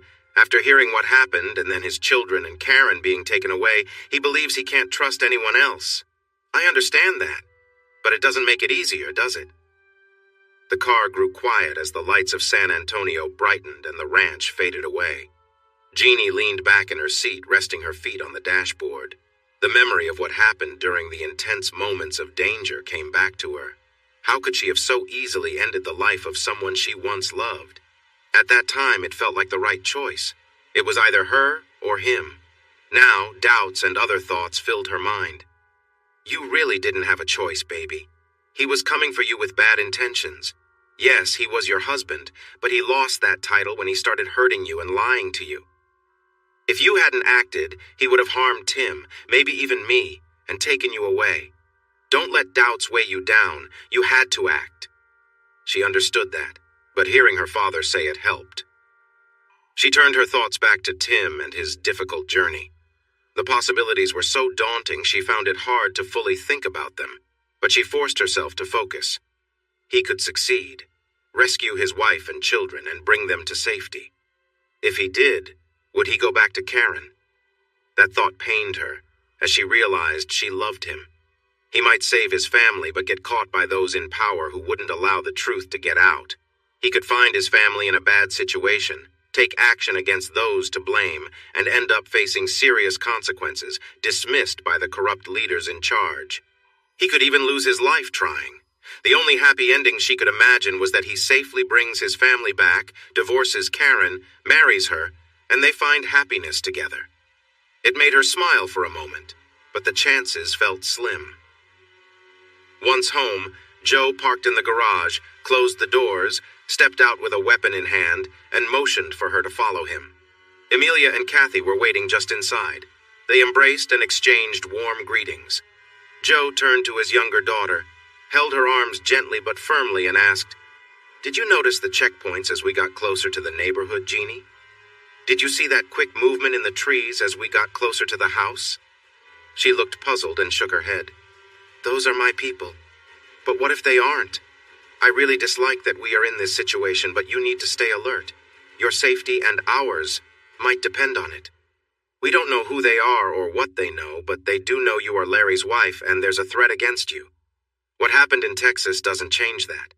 You are still in serious danger, and so are your family and anyone with you. The threat didn't disappear because some of them are gone. If anything, the danger has increased. Your mom and sister could be at risk too, as we assume those in charge still want you for their own reasons. I'm sorry to put more stress on you, but you can't afford to get lost in regret and fear right now. We need the strong Jeannie from the ranch, not our fragile princess." Jeannie hugged her dad tightly and cried. Her mother and sister joined in and held her close, comforting her while her dad stroked her hair and told her to let it all out. She would need to be strong today and in the days ahead. She was surprised by how many tears she had, but after a few minutes of crying, she felt an unusual sense of relief and calm. Her mom and Kathy had stopped crying and were just holding her tight. Finally, she released her dad, stood up straight, and said, "Thank you, my dear family, I really needed that. I guess I had to let it out to face everything that has happened recently and the uncertainty of what's to come. Mom, Kathy, let's gather around the kitchen table so we can talk more." It took more than an hour for Jeannie and Joe to share the full story and explain their current situation. There were moments when Kathy gasped, and times when her mother closed her eyes, struggling to take in the weight of their experiences. Hearing about Joe's past in Vietnam was one thing. Having her daughter involved in such dangerous events was something different entirely. All four of them had tears in their eyes at times, but they accepted that some things must be faced head-on.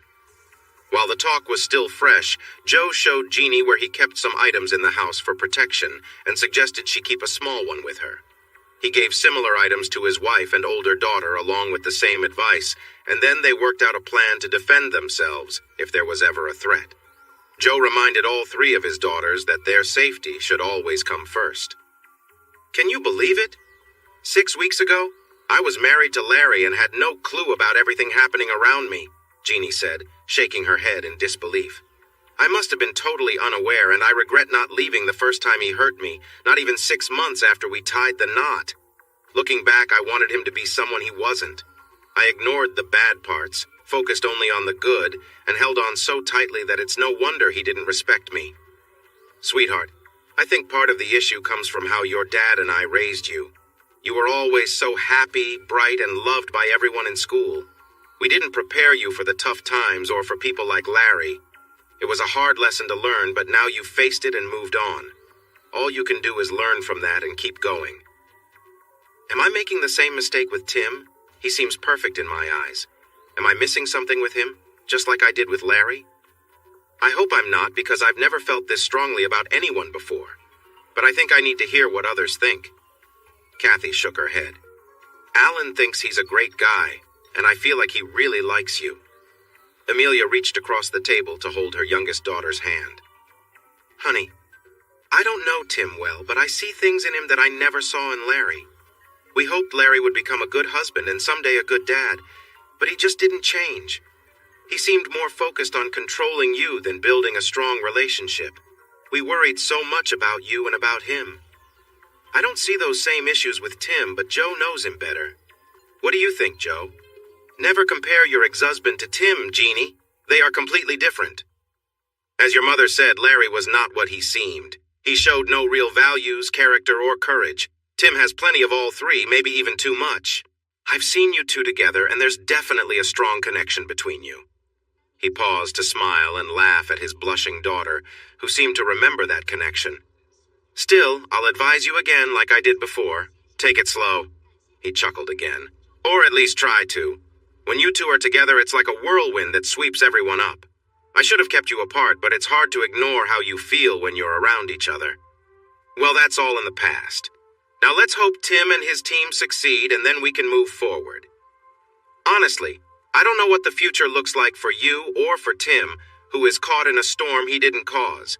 I understand that you both care for each other, but sometimes love alone isn't enough. So, I realize we are talking about things we can't control. How would you feel about going to the chapel to pray for help and for good to win over bad tonight?" Father Jose saw them in the chapel and noticed their shared mood.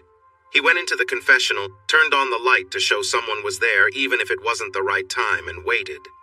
First came Amelia, then Kathy. Their confessions worried him a bit, but they were not unusual for a priest in San Antonio.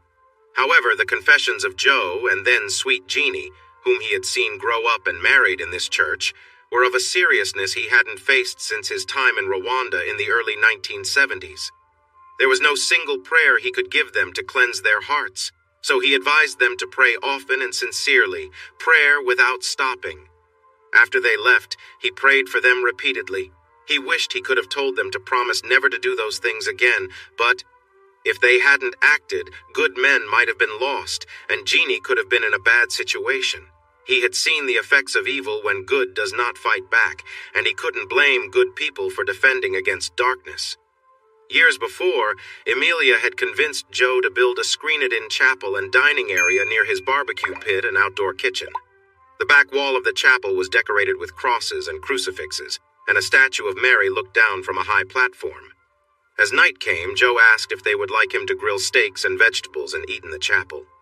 They thought it was a wonderful idea, especially when he brought out his boombox and played lively gospel and praise music. They enjoyed a cheerful family conversation to keep Jeannie's mind off the worries of the rescue mission, which seemed to help her a bit, even if the tension was clear in her and her father. She ate less than anyone else, but nibbled on her food and chatted with them. After dinner, Kathy started cleaning up the paper plates and plastic utensils, while Joe tidied the grill. Emilia opened the storage door under the tiled serving shelf, which also served as an altar, and pulled out 4 kneeling pads. After placing the items on the shelf, she took a decorative box from the cabinet. Turning back to her daughters, she gave each of them a rosary and said, "Maybe this is a good time to say the rosary. Say 3 Hail Marys and ask Mother Mary to help us." Instead of talking, Jeannie took the beads, set a pad in front of the altar, looked up at the statue of Mary, and knelt to pray. The others quickly joined her. With soft music playing in the background, they recited the rosary, followed by 3 Hail Marys. Jeannie stayed there, eyes closed, silently praying for the safety of those being rescued and the rescuers. Eventually, Emilia encouraged her to sit with them at the table, hold hands, and keep praying. They stayed in the chapel until the phone on the back porch rang sometime after 3 a.m. Joe rushed to the porch to answer the phone, and the others hurried back to stand behind him. "Not a problem, Ranger. I was having trouble sleeping anyway." He paused, listening for several minutes before giving a short, uneasy laugh. "Thanks for the update, Jim, even if you sound a bit tipsy. I would have rather been out there fishing with you, but work kept me busy. I'm glad you had a good night and caught some good fish without anyone falling in. Maybe we can plan a fish fry when things settle down. Now, everyone should put the drinks away and get some sleep. You never know what tomorrow will bring. See you later." He turned back to his daughter with a big smile and said, "If I got the message right, and I think I did, they rescued the kids. They are safe, and no one on the team was hurt." Jeannie relaxed with relief, and Kathy hugged her tightly. Joe added, "Jim was a bit hard to understand. He mentioned they were all a bit tipsy and suggested I stay up to watch the early news, just like they planned, because there were whispers about something big happening on Lake Travis. I think he said that to be cautious, but I believe we need to make some coffee and watch the morning news starting at 4:30. The coffee tasted good and smelled even better, but the 4:30 news was quiet. Just after the 5 o'clock segment began, there was a breaking news interruption. The morning anchor reported a serious explosion and fire at a house on Lake Travis. He said the building had collapsed and the fire was still raging. A gas leak filling the basement before exploding was suspected because the destruction was so severe and the flames so fierce. There was no mention of survivors or casualties, so they waited anxiously for more information. At 8:30, Jeannie received a phone call from the DPS. After saying sorry for calling so early and for the sad news he had to share, the official told her they had confirmed her husband's death through a fingerprint from a severed finger. She asked how they knew he was dead instead of hurt. He explained that the evidence showed he had already passed away when the finger was taken. He mentioned that they hadn't found any other remains yet, but a search was taking place near Pleasanton, where the finger was discovered. She knew the actual remains were 75 miles away, buried under a large pile of red sand, and that the body might never be found. This thought made her heart ache with sorrow. After pouring herself another cup of coffee, she gathered her courage and called his parents in Chicago. They were heartbroken over the loss of their son. His mother made it clear they were upset with Jeannie, blaming her for leaving him. Taking a deep breath, she shared her sadness and recalled some happy memories they had shared, especially from Christmas. When they talked about planning a memorial service once the body was found, the conversation became awkward, and his mother began to cry again. Jeannie wished them well, saying they could talk later when they knew more, and then hung up. She thought to herself, "They blame me for leaving him.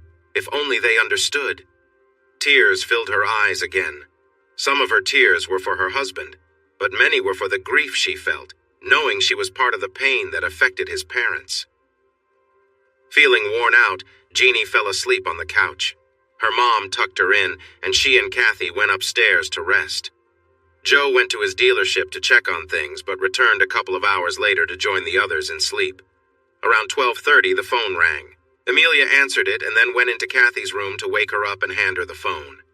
After about 10 minutes, she went to the living room and nudged Jeannie awake. "Jeannie, Alan called. He said Tim's boys were found safe in the brush near the fireside along with 2 high school students. Tim is going to the morgue to identify his wife's remains. She was found on a boat across the lake from the fire." Jeannie shed tears of joy for Tim and his sons, but also tears of sadness for Karen. Whatever had happened, she did not deserve to go like that. A few hours later, Tim called.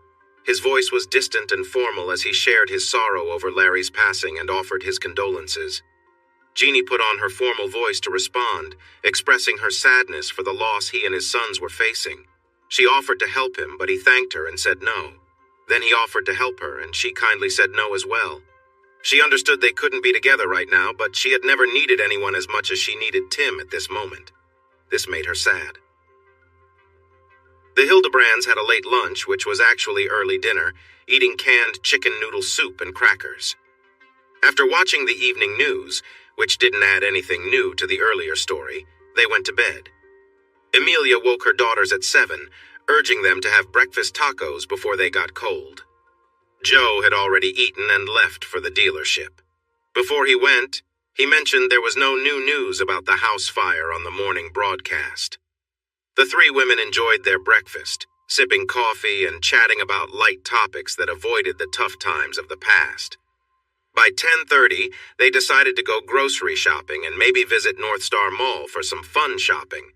They talked it over and decided to dress a little nicer, wearing sundresses and comfortable shoes. Amelia called the dealership and left a message for Joe about their plans. Just as they were leaving the garage, Jeannie remembered something Joe had said. "Mom, Kathy, did you bring your safety devices? I should go back to get mine. Do you want yours too?" Even though they were used to visiting the nearby range, carrying safety devices wasn't something they did every day. Yet.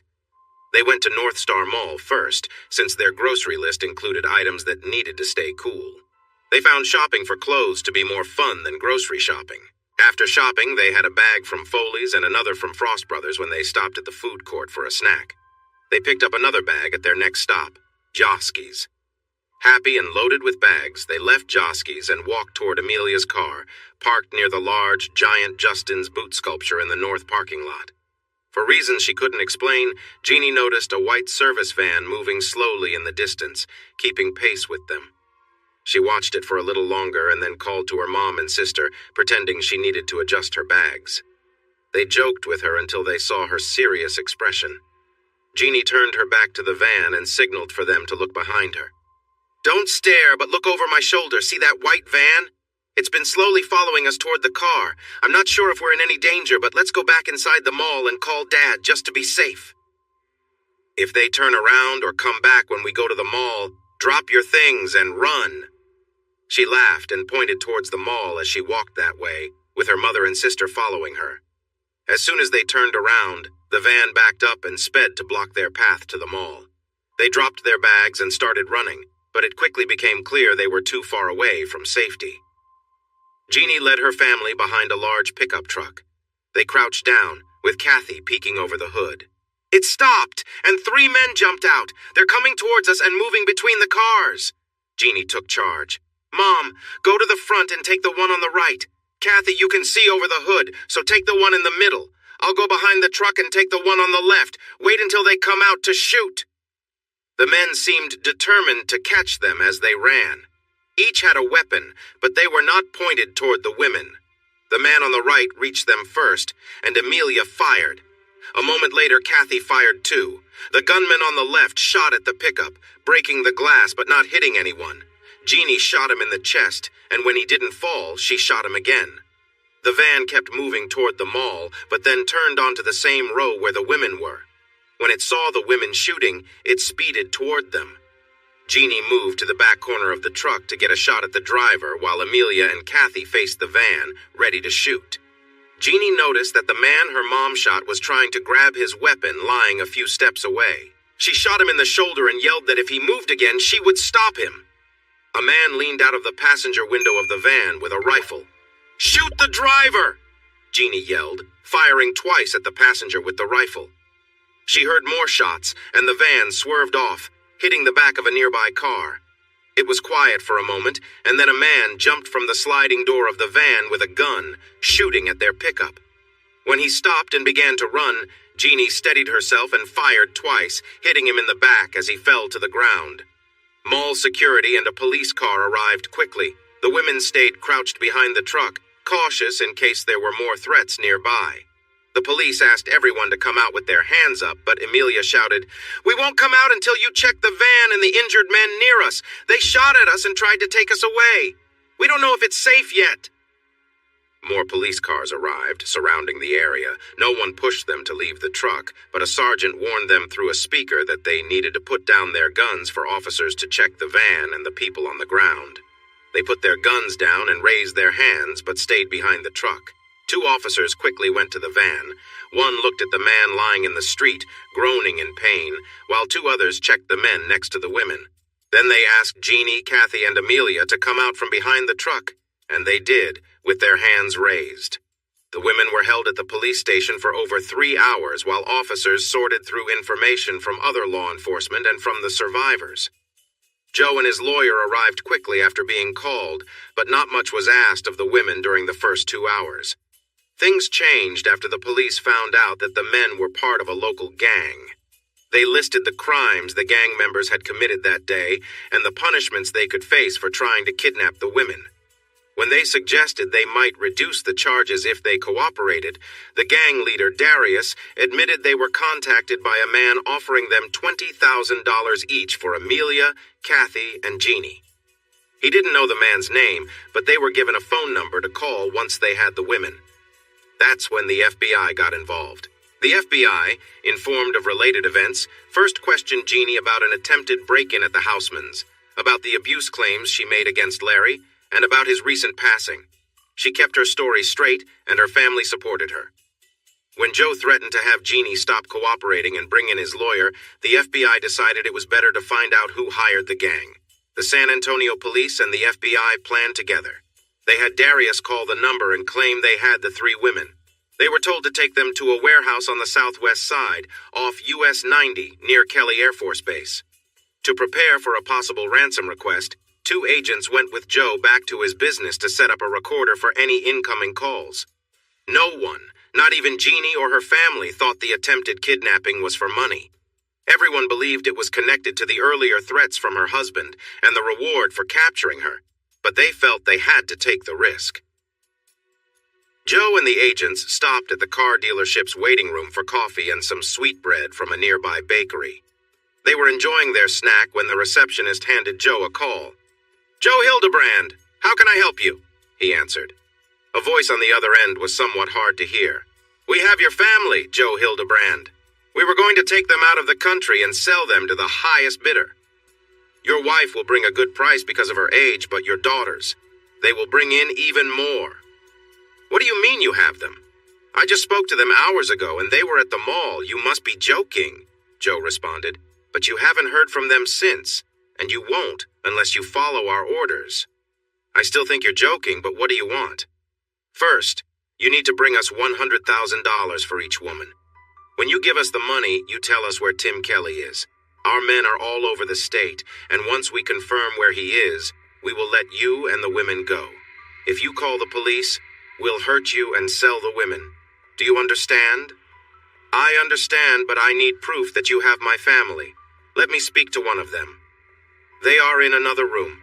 I will show them to you when you arrive in 1 hour. If you're not here by then, say goodbye to them." "Do you really think I have $300,000 just sitting in my office? I'll need time to gather that money." "You have 1 hour. I will call back then. If not, goodbye."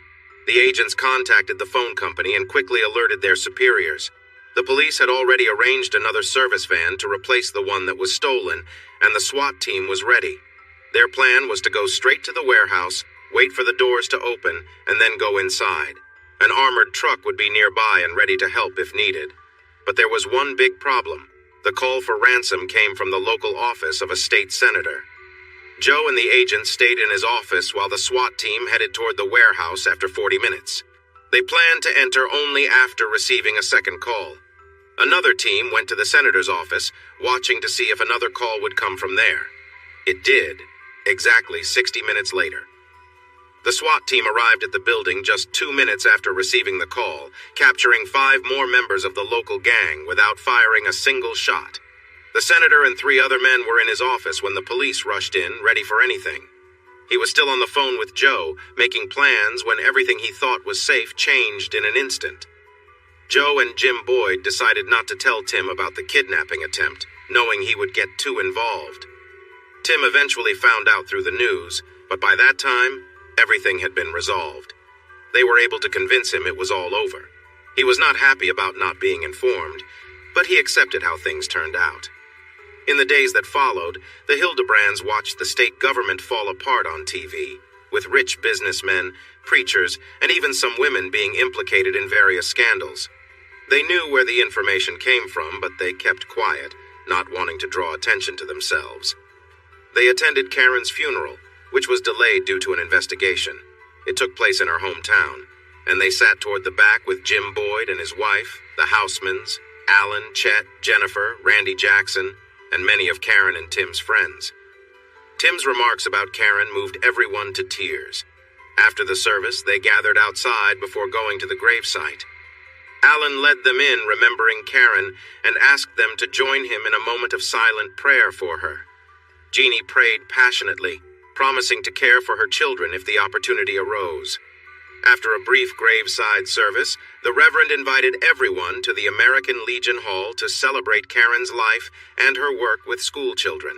The hall was filled with her mementos and photos, including a large framed picture of her with her sons and husband, all smiling together. This only made the reason for their gathering more heartbreaking. The little boys stayed brave throughout the day, but they showed their emotions when Laura and Will hugged them. They lost their composure completely when Patty and Jeannie knelt before them with open arms. They jumped into their embrace, cried hard, and found comfort in their hugs. This brought the line to a stop. Tim suggested that the Reverend lead a prayer, and then everyone could get a plate of food. They would try to see everyone before leaving. He turned away and quietly cried for a moment before pulling himself together and drying his eyes with his coat sleeve. When he turned back, he saw the women standing with the boys in their arms, talking to the grandparents. Chet put an arm around Tim's shoulders, while Will hugged him tightly. "I can't believe this, Tim," Will said, his voice thick with feeling. "And I can't believe what they did either," Jim Boyd added softly, standing in front of Tim. "I can almost hear their cries. I wish I could make it worse for those who are still here. I promise you, buddy, I will find a way." "I wish I could bring them back just to make them pay again, but in a slower and more painful way," Tim said fiercely. They all shared a hug, feeling a bit awkward afterward. Meanwhile, the crowd was focused on Patty, who was holding Mark, and Jeannie, who was holding Patrick as they chose food for their plates. Tim knew he had to talk to Karen's parents about what had happened, but he felt confident that the story was innocent enough. Still, he wanted them to think well of Jeannie and Patty, so he planned to explain things carefully. Tim joined his sons at the table and nibbled at his food, but the emotions of the day had worn him out, and he had little appetite. Jim, the Housemans, Chet, Alan, and the Hildebrands were very attentive to Karen's family. Tim's parents, Linda and Nate, along with Jan and Gary, worked hard to keep them engaged, providing a small break from the sadness they had all felt for weeks. It seemed to help, as they didn't eat much but managed to smile a few times during dinner. While he was away, the board offered Tim the position of head football coach and athletics director, giving him a month to decide. Part of him wanted to move on, but in the end, he accepted the job. He decided to sell their home and find a place closer to the school. He realized he couldn't escape Karen's memory, especially since the only other member from their poker group, John Allen, had moved away after a tough divorce. Selling the house would take time, but he couldn't bear to stay there surrounded by memories. So, Tim rented a nice older home with a big yard. It was already furnished, as the elderly couple who had lived there recently moved in with their daughter in Dallas due to health issues. Tim changed the mattresses but kept the other furniture. The boys felt a bit sad about not being at home, but they quickly adjusted since it was a new experience.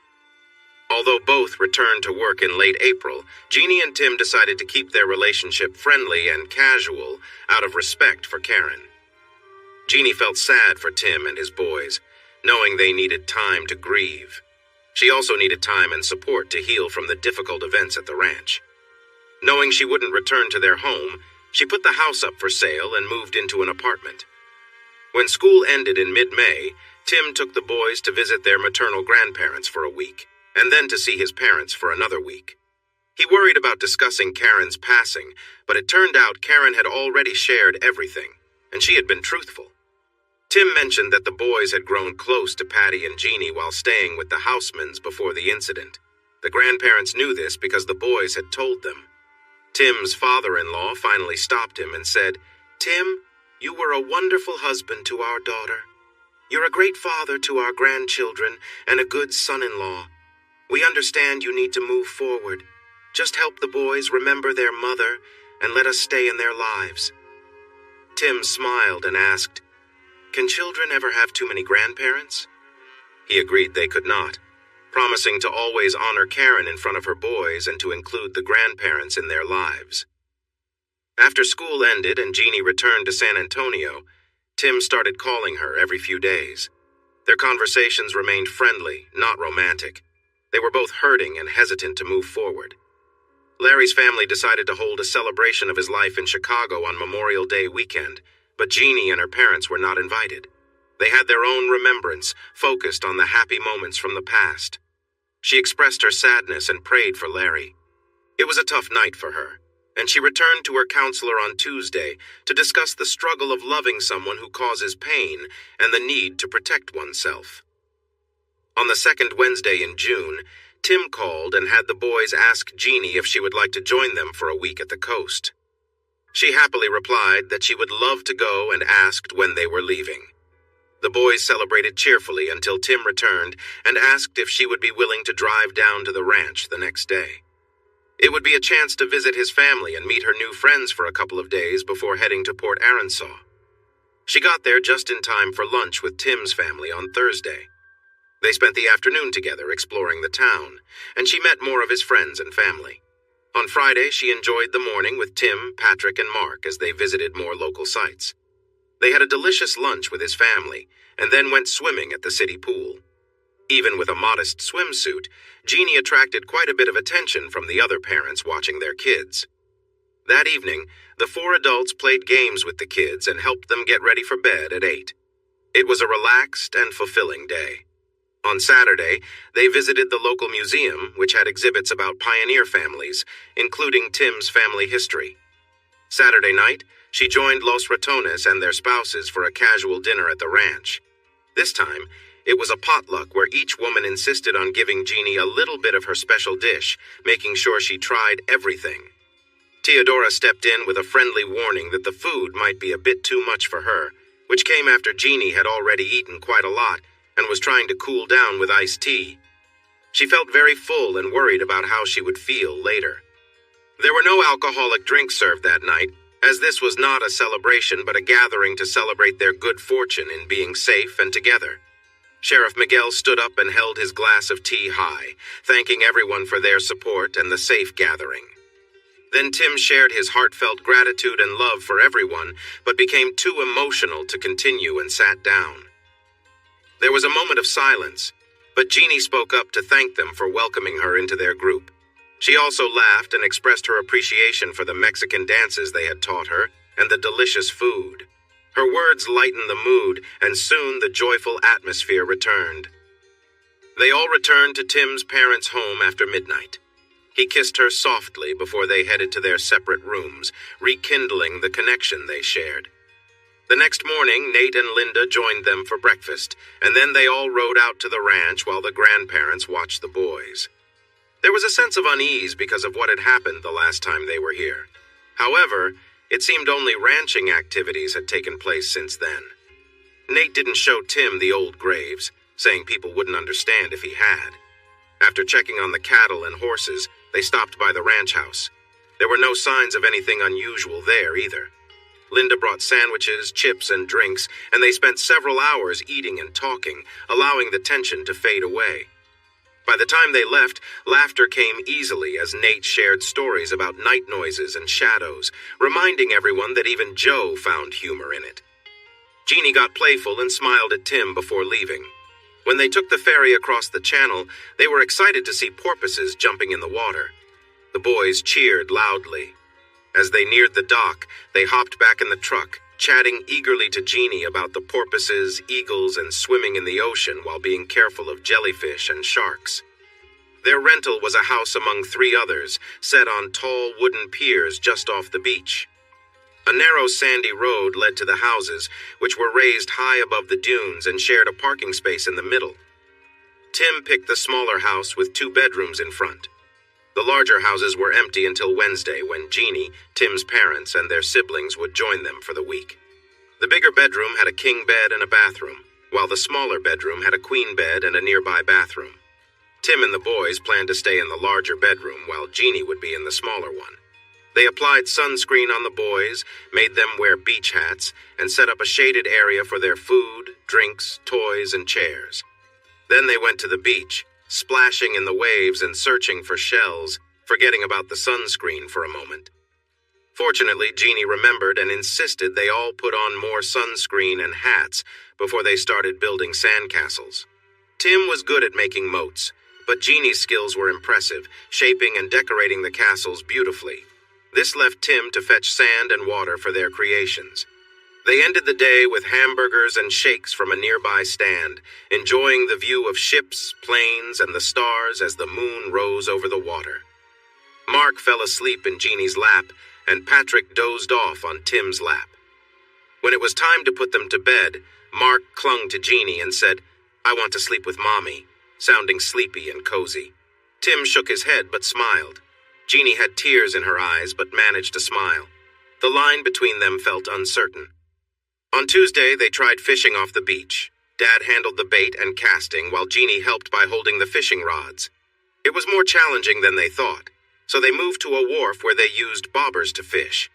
It didn't matter what small fish they caught. It was still an exciting adventure filled with laughter and cheers. Since they had not caught anything, they stopped at the seafood market to buy fish and shrimp for dinner, and they got hot dogs for lunch, along with a half-gallon of frozen custard for dessert. Their naps were longer than usual, giving Jeannie and Tim more time to chat and share some light teasing. Jeannie wore a conservative one-piece swimsuit, but Tim was impressed by the stylish maillot she had on that afternoon. She found ways to show off, which made Tim even more intrigued. They played in the waves and then went searching for shells and sand dollars along the beach. The boys were curious about the noise coming from a group of college students they passed, but Dad explained they were just having fun. A little way down the beach, Tim fell behind. He let out a playful whistle and shouted, "Yay!" just like the boys had. Jeannie smirked as Patrick and Mark looked at him curiously. He pointed to a perfect sand dollar he had found. The boys rushed over to add it to their collection, and Tim exchanged playful glances with Jeannie, who responded with a wink. On their way back, the boys held Jeannie's hands while Tim carried their treasures, some driftwood, and the beach bag he always brought along. 2 older couples near the water stopped them, and one woman said, "We saw you walking by earlier and wanted to say that you are a beautiful family." Tim thanked them, but Jeannie seemed lost in thought and didn't say much, while the boys smiled proudly at the compliment. After enjoying stuffed flounder and boiled shrimp for dinner, they watched the sunset. The lights on the oil rigs and ships lit up, and the stars began to appear. The moon shone brightly in the sky. They all cuddled up on the rocking love seat, and soon the boys fell asleep. When Tim tried to move them to the big bed, they both wanted Jeannie with them. So, Tim brought her nightgown and changed rooms with her. Jeannie lay between the boys, holding them close, and quietly shed a few tears. Tim went to bed surprised at how easily his boys had accepted her as part of their family. It was almost time to make the call. The Kelly family arrived in 2 cars at 10, followed by the Hildebrands and Alan at 10:30. Alan and Kathy were sitting closely together in the back seat, and it was clear their relationship was growing stronger. Once everyone had their beach gear on, Tim asked Nate, Linda, Jan, and Gary to take Jeannie and the boys to the beach, set up, and he and the parents would join them shortly. They looked a little confused, but agreed without hesitation. I asked you to stay because I need some advice. Jeannie and the boys are getting close much faster than I expected. Mark called her mommy on Monday night, and both boys slept with her last night. I know that may sound okay, but I don't want Karen's parents to be caught off guard by this. How would it be to invite them down to stay in your extra bedroom, Joe and Amelia? If they see how well the boys connect with Jeannie, maybe it would help. What do you all think? There was some discussion back and forth among them before they agreed. Tim's mother suggested that she and Amelia should be the ones to invite Karen's parents, and they quickly accepted. Jeannie felt surprised when Tim told her, and she was a bit nervous when they arrived later that afternoon. Karen's mother added to the tension at first, but after a few hours her jealousy faded as she grew fond of her grandsons and accepted how much they cared for Jeannie. Sharing meals, spending time at the beach, souvenir shopping, taking pictures, walking together and looking at the stars brought everyone closer. The boys thrived in this environment of love and support. The three younger couples decided to go to a club on Saturday night. They enjoyed some drinks and danced. Nate, Gary, and Tim had to be on guard against some college boys who were being too forward, but they managed to keep things friendly. The compliments from the strangers made the girls feel appreciated. Nate and Gary were eager to return home as they had plans for the night. Tim was busy making plans during the ride back. When they arrived, he grabbed a couple of towels, his car keys, and Jeannie, and headed down the beach to a quieter spot he knew. Jeannie moved closer to him and asked, "Where are we headed?" "Somewhere private," he replied. "But we have the whole house to ourselves. The boys are staying with their grandparents tonight, remember?" she reminded him. "Yes, but with what I have in mind, I think everyone would be awake sooner than later," he said earnestly. "What? I don't. Oh, really? Ha! You have quite the confidence, don't you? I'm not like that." They started around 1.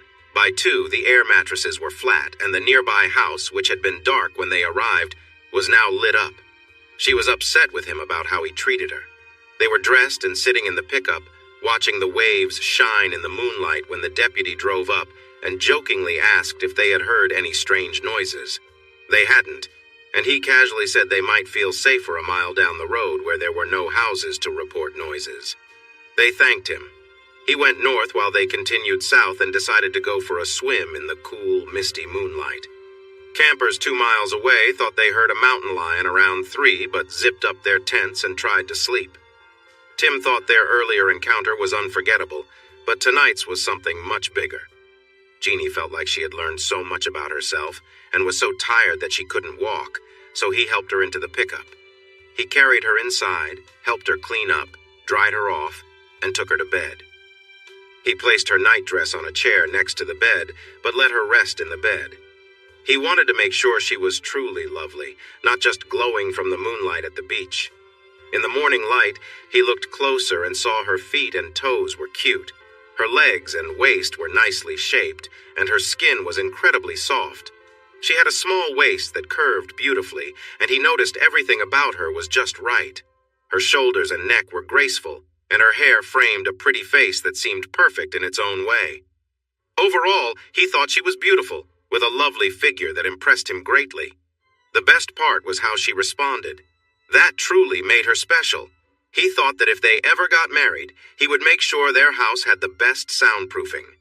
He also wanted to get her some soft items for quiet moments so their kids could rest at night. Their group included a few different types of Protestants and Catholics. They all attended the early service at Trinity by the Sea Episcopal Church and left feeling renewed. After breakfast at a cafe, they finished packing and said their goodbyes.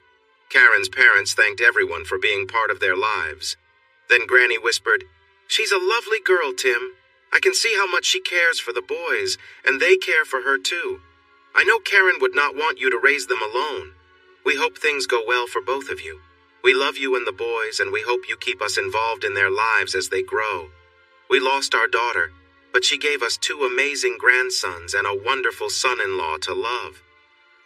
Tim hugged them both, and the boys did too before they drove away. "What did she say, son?" his mom asked. "She said Jeannie is a wonderful girl who loves her grandchildren and they love her. They hope everything works out for us," Tim replied with bright eyes. Jeannie tilted her head and asked, "Really? They seemed nice, but I thought they might be a bit upset." "Dear, as long as you take good care of Patrick and Mark, they will welcome and support you. And Tim, too. It's clear they care a lot for their 3 boys," Amelia said with a smile. Jeannie pouted adorably, tilted her head the other way, and asked, "What about Tim? Caring for the boys is easy, but their dad can be a handful." Nate, noticing the boys nearby, casually asked, "So, Jeannie, how was the night ride? Did you hear anything strange, like animal sounds? I thought I heard something once, and then a police car went by quickly, so I wondered." As expected, she blushed, making the adults laugh. Tim hugged her, and Patrick, wide-eyed, asked, "Are there really animals out at night at the beach?" "There must be," Nate said with a serious tone. "I'm pretty sure I heard something. It reminded me of what we heard at the ranch. It might even be the same one." "Who would win between an animal and a shark?" Patrick asked excitedly. "If they are both in the water, the shark would win," Nate replied. "But if they are on land, I would bet on the animal, especially this one." "Daddy, is that animal like a big, pretty cat?" Mark asked. "I think our teacher showed us a picture of one if it's a big cat." Nate chimed in. "Yes, Mark, this one is definitely a beautiful kind of big cat. I don't know how risky it is, but it can make loud noises, so maybe it is risky." "That's enough," Linda said, trying to stop her husband and protect her friend from the ongoing laughter. She was laughing just as much as everyone else, and Jeannie, who was leaning against Tim, was smiling and giggling quietly. "Well, now that everyone has teased my dear kitten, I think we should hit the road too," Joe announced. "When are you coming home, kitten?" "Maybe never, Dad. You, Mom, my sister, and Alan are enjoying Nate's silly jokes too much," Jeannie said with a playful frown. "Kitten, before you pout, remember I was at the ranch too." Everyone laughed, and Tim hugged Jeannie to his chest, covering her ear with his hand. She smiled widely, thinking of the fun they had last night at the ranch. Nate picked her up and spun her around, saying, "It's only because I care about you, sis." They all hugged, saying they had to do this again before football season started, and then Jeannie, Tim, and the boys waved goodbye from the top of the dune. "Is there any chance we could stay just one more day?" Jeannie asked with a hopeful look. "Already taken care of," Tim replied. One more day and night at Port Aransas, 3 more days at the ranch, and Jeannie returned to her parents' home in San Antonio. Tim and his sons drove to Austin, where they had rented a house, but he was ready to start looking for something more permanent. The next morning, Tim woke up early, eager to make changes in their life so he could feel secure before focusing on the upcoming football season. He took the boys to the Happy Lions Learning Center, the daycare they had attended the previous year and would go to this year during school hours. Miss Beverly was thrilled to see them, just as they were happy to see her and their friends. After watching the warm greetings and hugs, Tim got serious about finding a stable home. Instead of looking for another realtor or talking to the one he had hired for his house, he decided to ask around. He knew a lot of locals, and they were well informed about the area. He chose to start at the administration building, a place filled with people who loved to chat. He visited the superintendent, who welcomed him warmly. After their chat, he asked the secretary if she knew of any nice, affordable homes for sale near the school. She suggested he contact a builder she knew who was buying and fixing up older properties. Tim knew Daryl Cunningham, so he looked up Daryl's business in the phone book and called him. Daryl was at the office and told Tim he had just the right place for him. They decided to meet in 30 minutes since they were both free. After a friendly greeting, Daryl explained that the house and land he was going to show him used to belong to an older couple who were not well. They sold it to him for a good price and moved to Dallas to be near their daughter. Daryl felt a bit guilty about getting such a great deal, but he was glad the former owners were happy. He started fixing up the house by taking out the old carpets and refinishing the wooden floors downstairs and on the stairs to the second floor. There was still a lot to do, upgrading the electrical and plumbing, repainting the inside, and fixing the roof. The outside walls made of native rock were in excellent condition, and the house was well insulated for its time. The rooms had solid walls and good materials, The trees, shrubs, and lawn were also taken care of, looking nice and healthy. Tim shared that he couldn't buy a house until his own was sold, but Daryl offered to help him with temporary financing for up to 6 months. Tim knew making 2 mortgage payments would be tough, so he called his realtor. She was excited and said she had someone interested in his house and asked if he could meet her there. When the realtor arrived, she brought a young couple with her. She introduced them as her niece and her niece's husband and asked if she could show them around. Tim agreed, but mentioned that the house hadn't been cleaned in over a month. They didn't mind. They loved the house and made a full-price offer right away. Tim had already signed paperwork when he hired the realtor, so they all signed the new documents.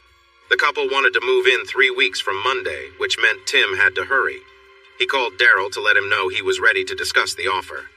When he arrived, Daryl and his son, Dale, who was athletic, were on the roof examining the old cedar shingles. They climbed down, shook hands, and after some small talk about the upcoming sports season, Daryl asked, "Are you sure you don't want to buy this place right now, Coach? I can sell it to you for what I paid plus a little extra for the repairs I've done. Believe me, it's a great price for such a well-built house on 11 shady acres. Honestly, the other 10 acres could be worth at least $1 million someday, and that day might come sooner than you think. Well, Daryl, I hope you don't expect me to pay $1 million. I'm about $750,000 short." Daryl laughed and said, "Coach, I'll take the $250,000 you have if you let me handle the repairs and renovations. To be honest, I'm a bit stretched financially right now, and I have a bigger project in mind. With your money, I can make that happen, and I might even get rich before you do." They spent the next 90 minutes carefully examining the house, with Dale noting down things that needed fixing, or that Tim wanted done. When they finished, Daryl gave Tim a rough estimate that felt doable, and they shook hands on it. Daryl mentioned his teams were busy today and tomorrow, but would send a plumber and electrician to take care of some issues.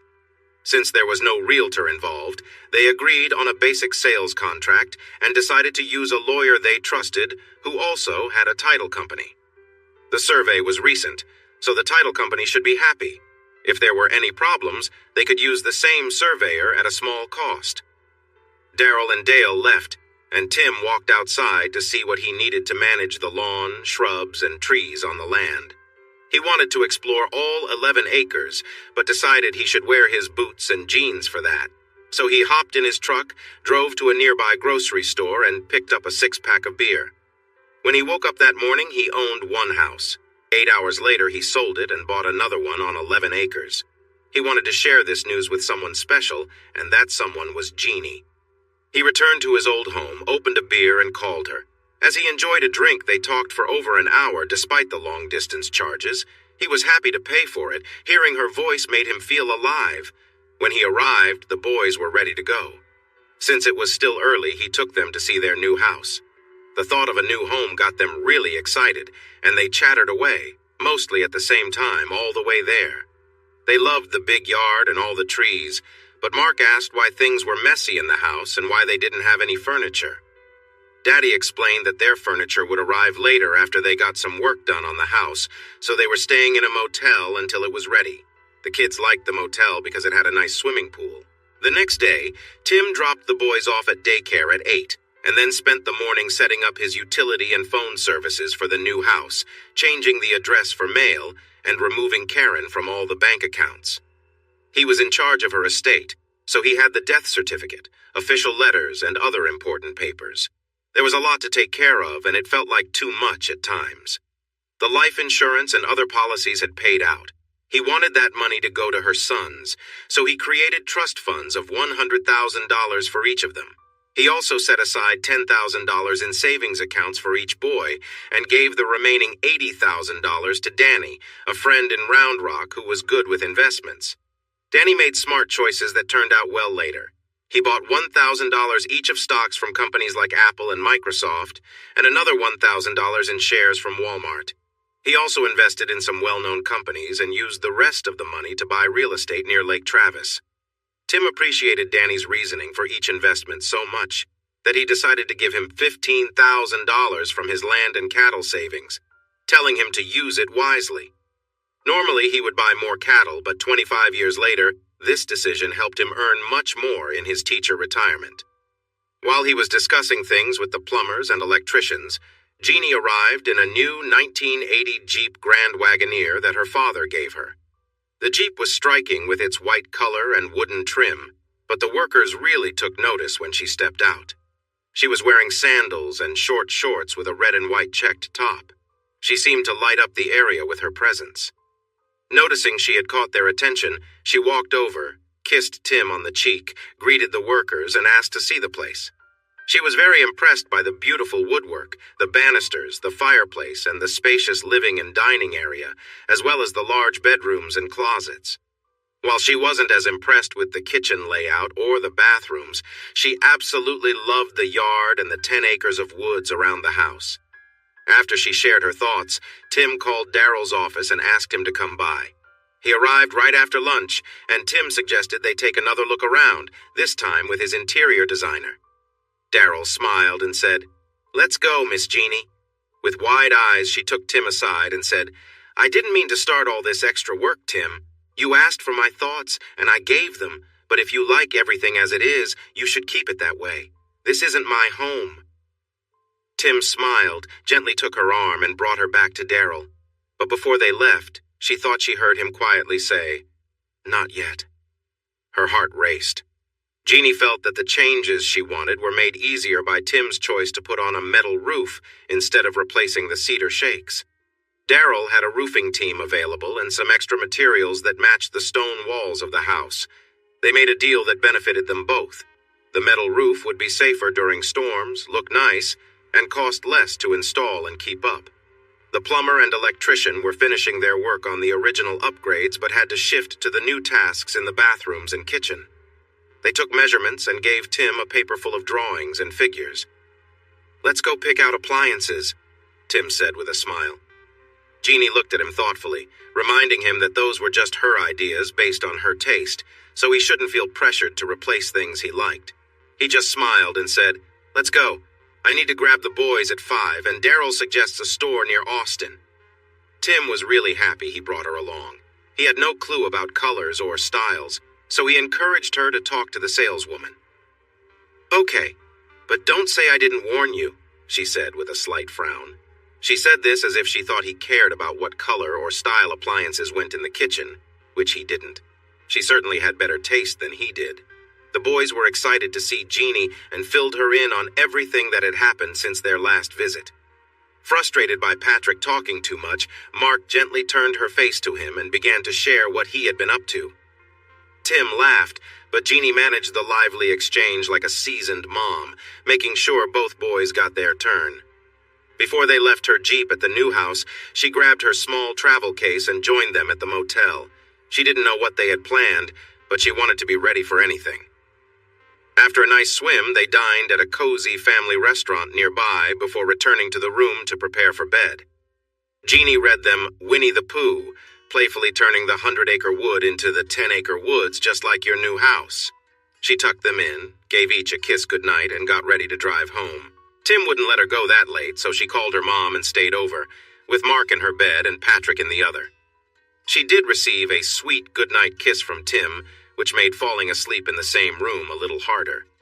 They dropped the boys off at daycare at 9 after breakfast, and some playtime at McDonald's, then went shopping for bathroom fixtures. Jeannie suggested custom tile showers and granite countertops, so they chose toilets, sinks, bathtubs, and faucets for the bathrooms. Tim decided to stop by the nearest Sears.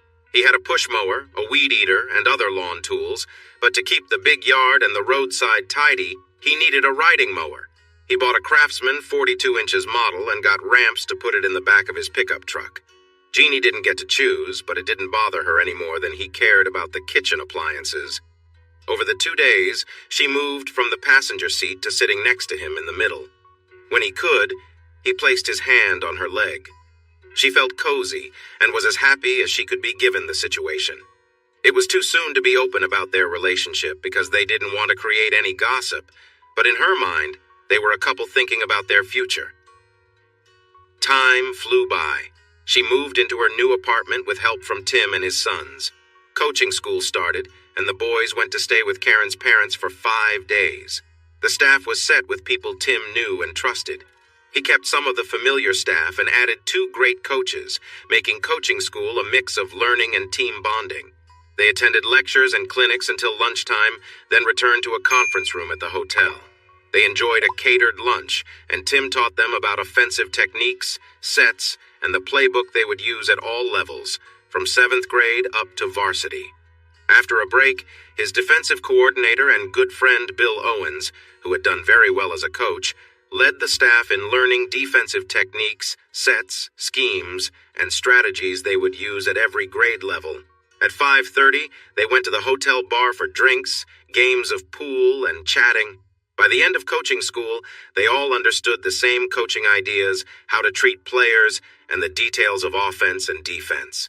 They had become friends, which would help get them through the long and busy high school football season in Texas. Being a single father while also being the head football coach and athletic director was tough. He had discussed this with the superintendent and board members when they offered him the positions. They believed he would manage well, but he had doubts then, and even more as the season got closer.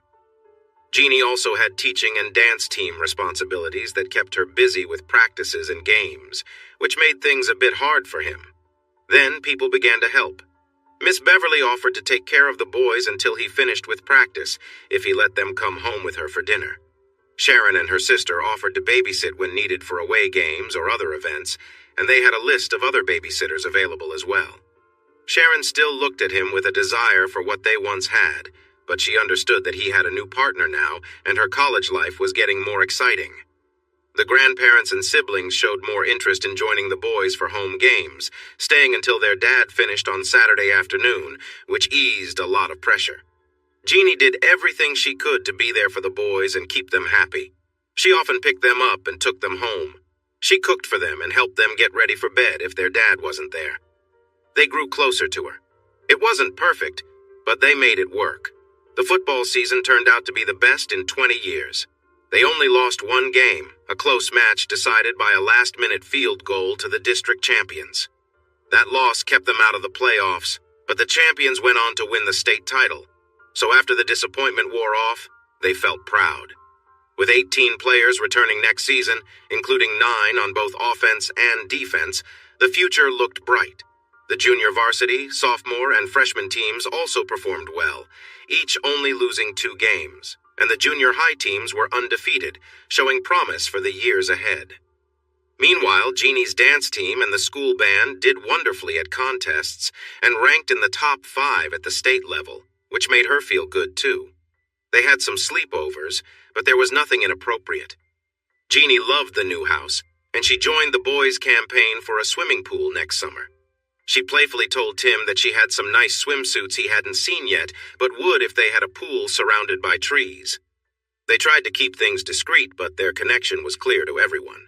The time they spent together at Tim's house, the exchanged glances at school, and her bond with the boys showed that they were more than just friends. The sweetest moment was when Mark called her Mommy when he got tired at games and rested his head on her shoulder, earning oohs and ahs from nearby fans. It filled Jeannie with such joy that sometimes she felt emotional. No one openly mentioned it, but they were accepted as a couple. Many believed their bond grew from the loss of their spouses, while others knew about the difficult moments they each faced, and they were happy to see them support one another through those hard times. Whenever party invitations were sent out, they received them together and showed up as a pair. Tim tried to keep his true feelings hidden, but when he asked for her hand in marriage in front of her parents on Christmas Eve, no one was surprised, including Jeannie and the boys. He called home to share the news, and Nate commented, "Oh, you're just getting around to that? We thought that was settled months ago." "Oh yes, it's football season." "Well, brother, we have some news for you. You're going to be an uncle." Jan took the phone and added, "And it's true for both of us. Gary and I are having a girl, and so are Nate and Linda. Our trip to Port Aransas worked, so keep next March open." They had a lovely wedding in early June at the shed on the ranch. Many friends came, both from their hometown and from their school 200 miles away. The priest, Father Jose, led a traditional ceremony filled with beautiful words about love and commitment, promising to honor one another through everything. They recited their vows proudly, and their first kiss as a married couple was sweet, filled with joy, even with everyone watching. For their honeymoon, they went to a quiet spot in the Caribbean and came back with sun-kissed skin. 9 months later, they welcomed a baby girl named Jana Marie, and their young boys adored her from the very start. They became her fierce protectors throughout their lives, even as another boy and girl joined their happy family in the years that followed. Tim wanted soundproof walls throughout the house, but he managed to get it for their master bedroom. His wife learned to use pillows to keep things quiet when their kids were home.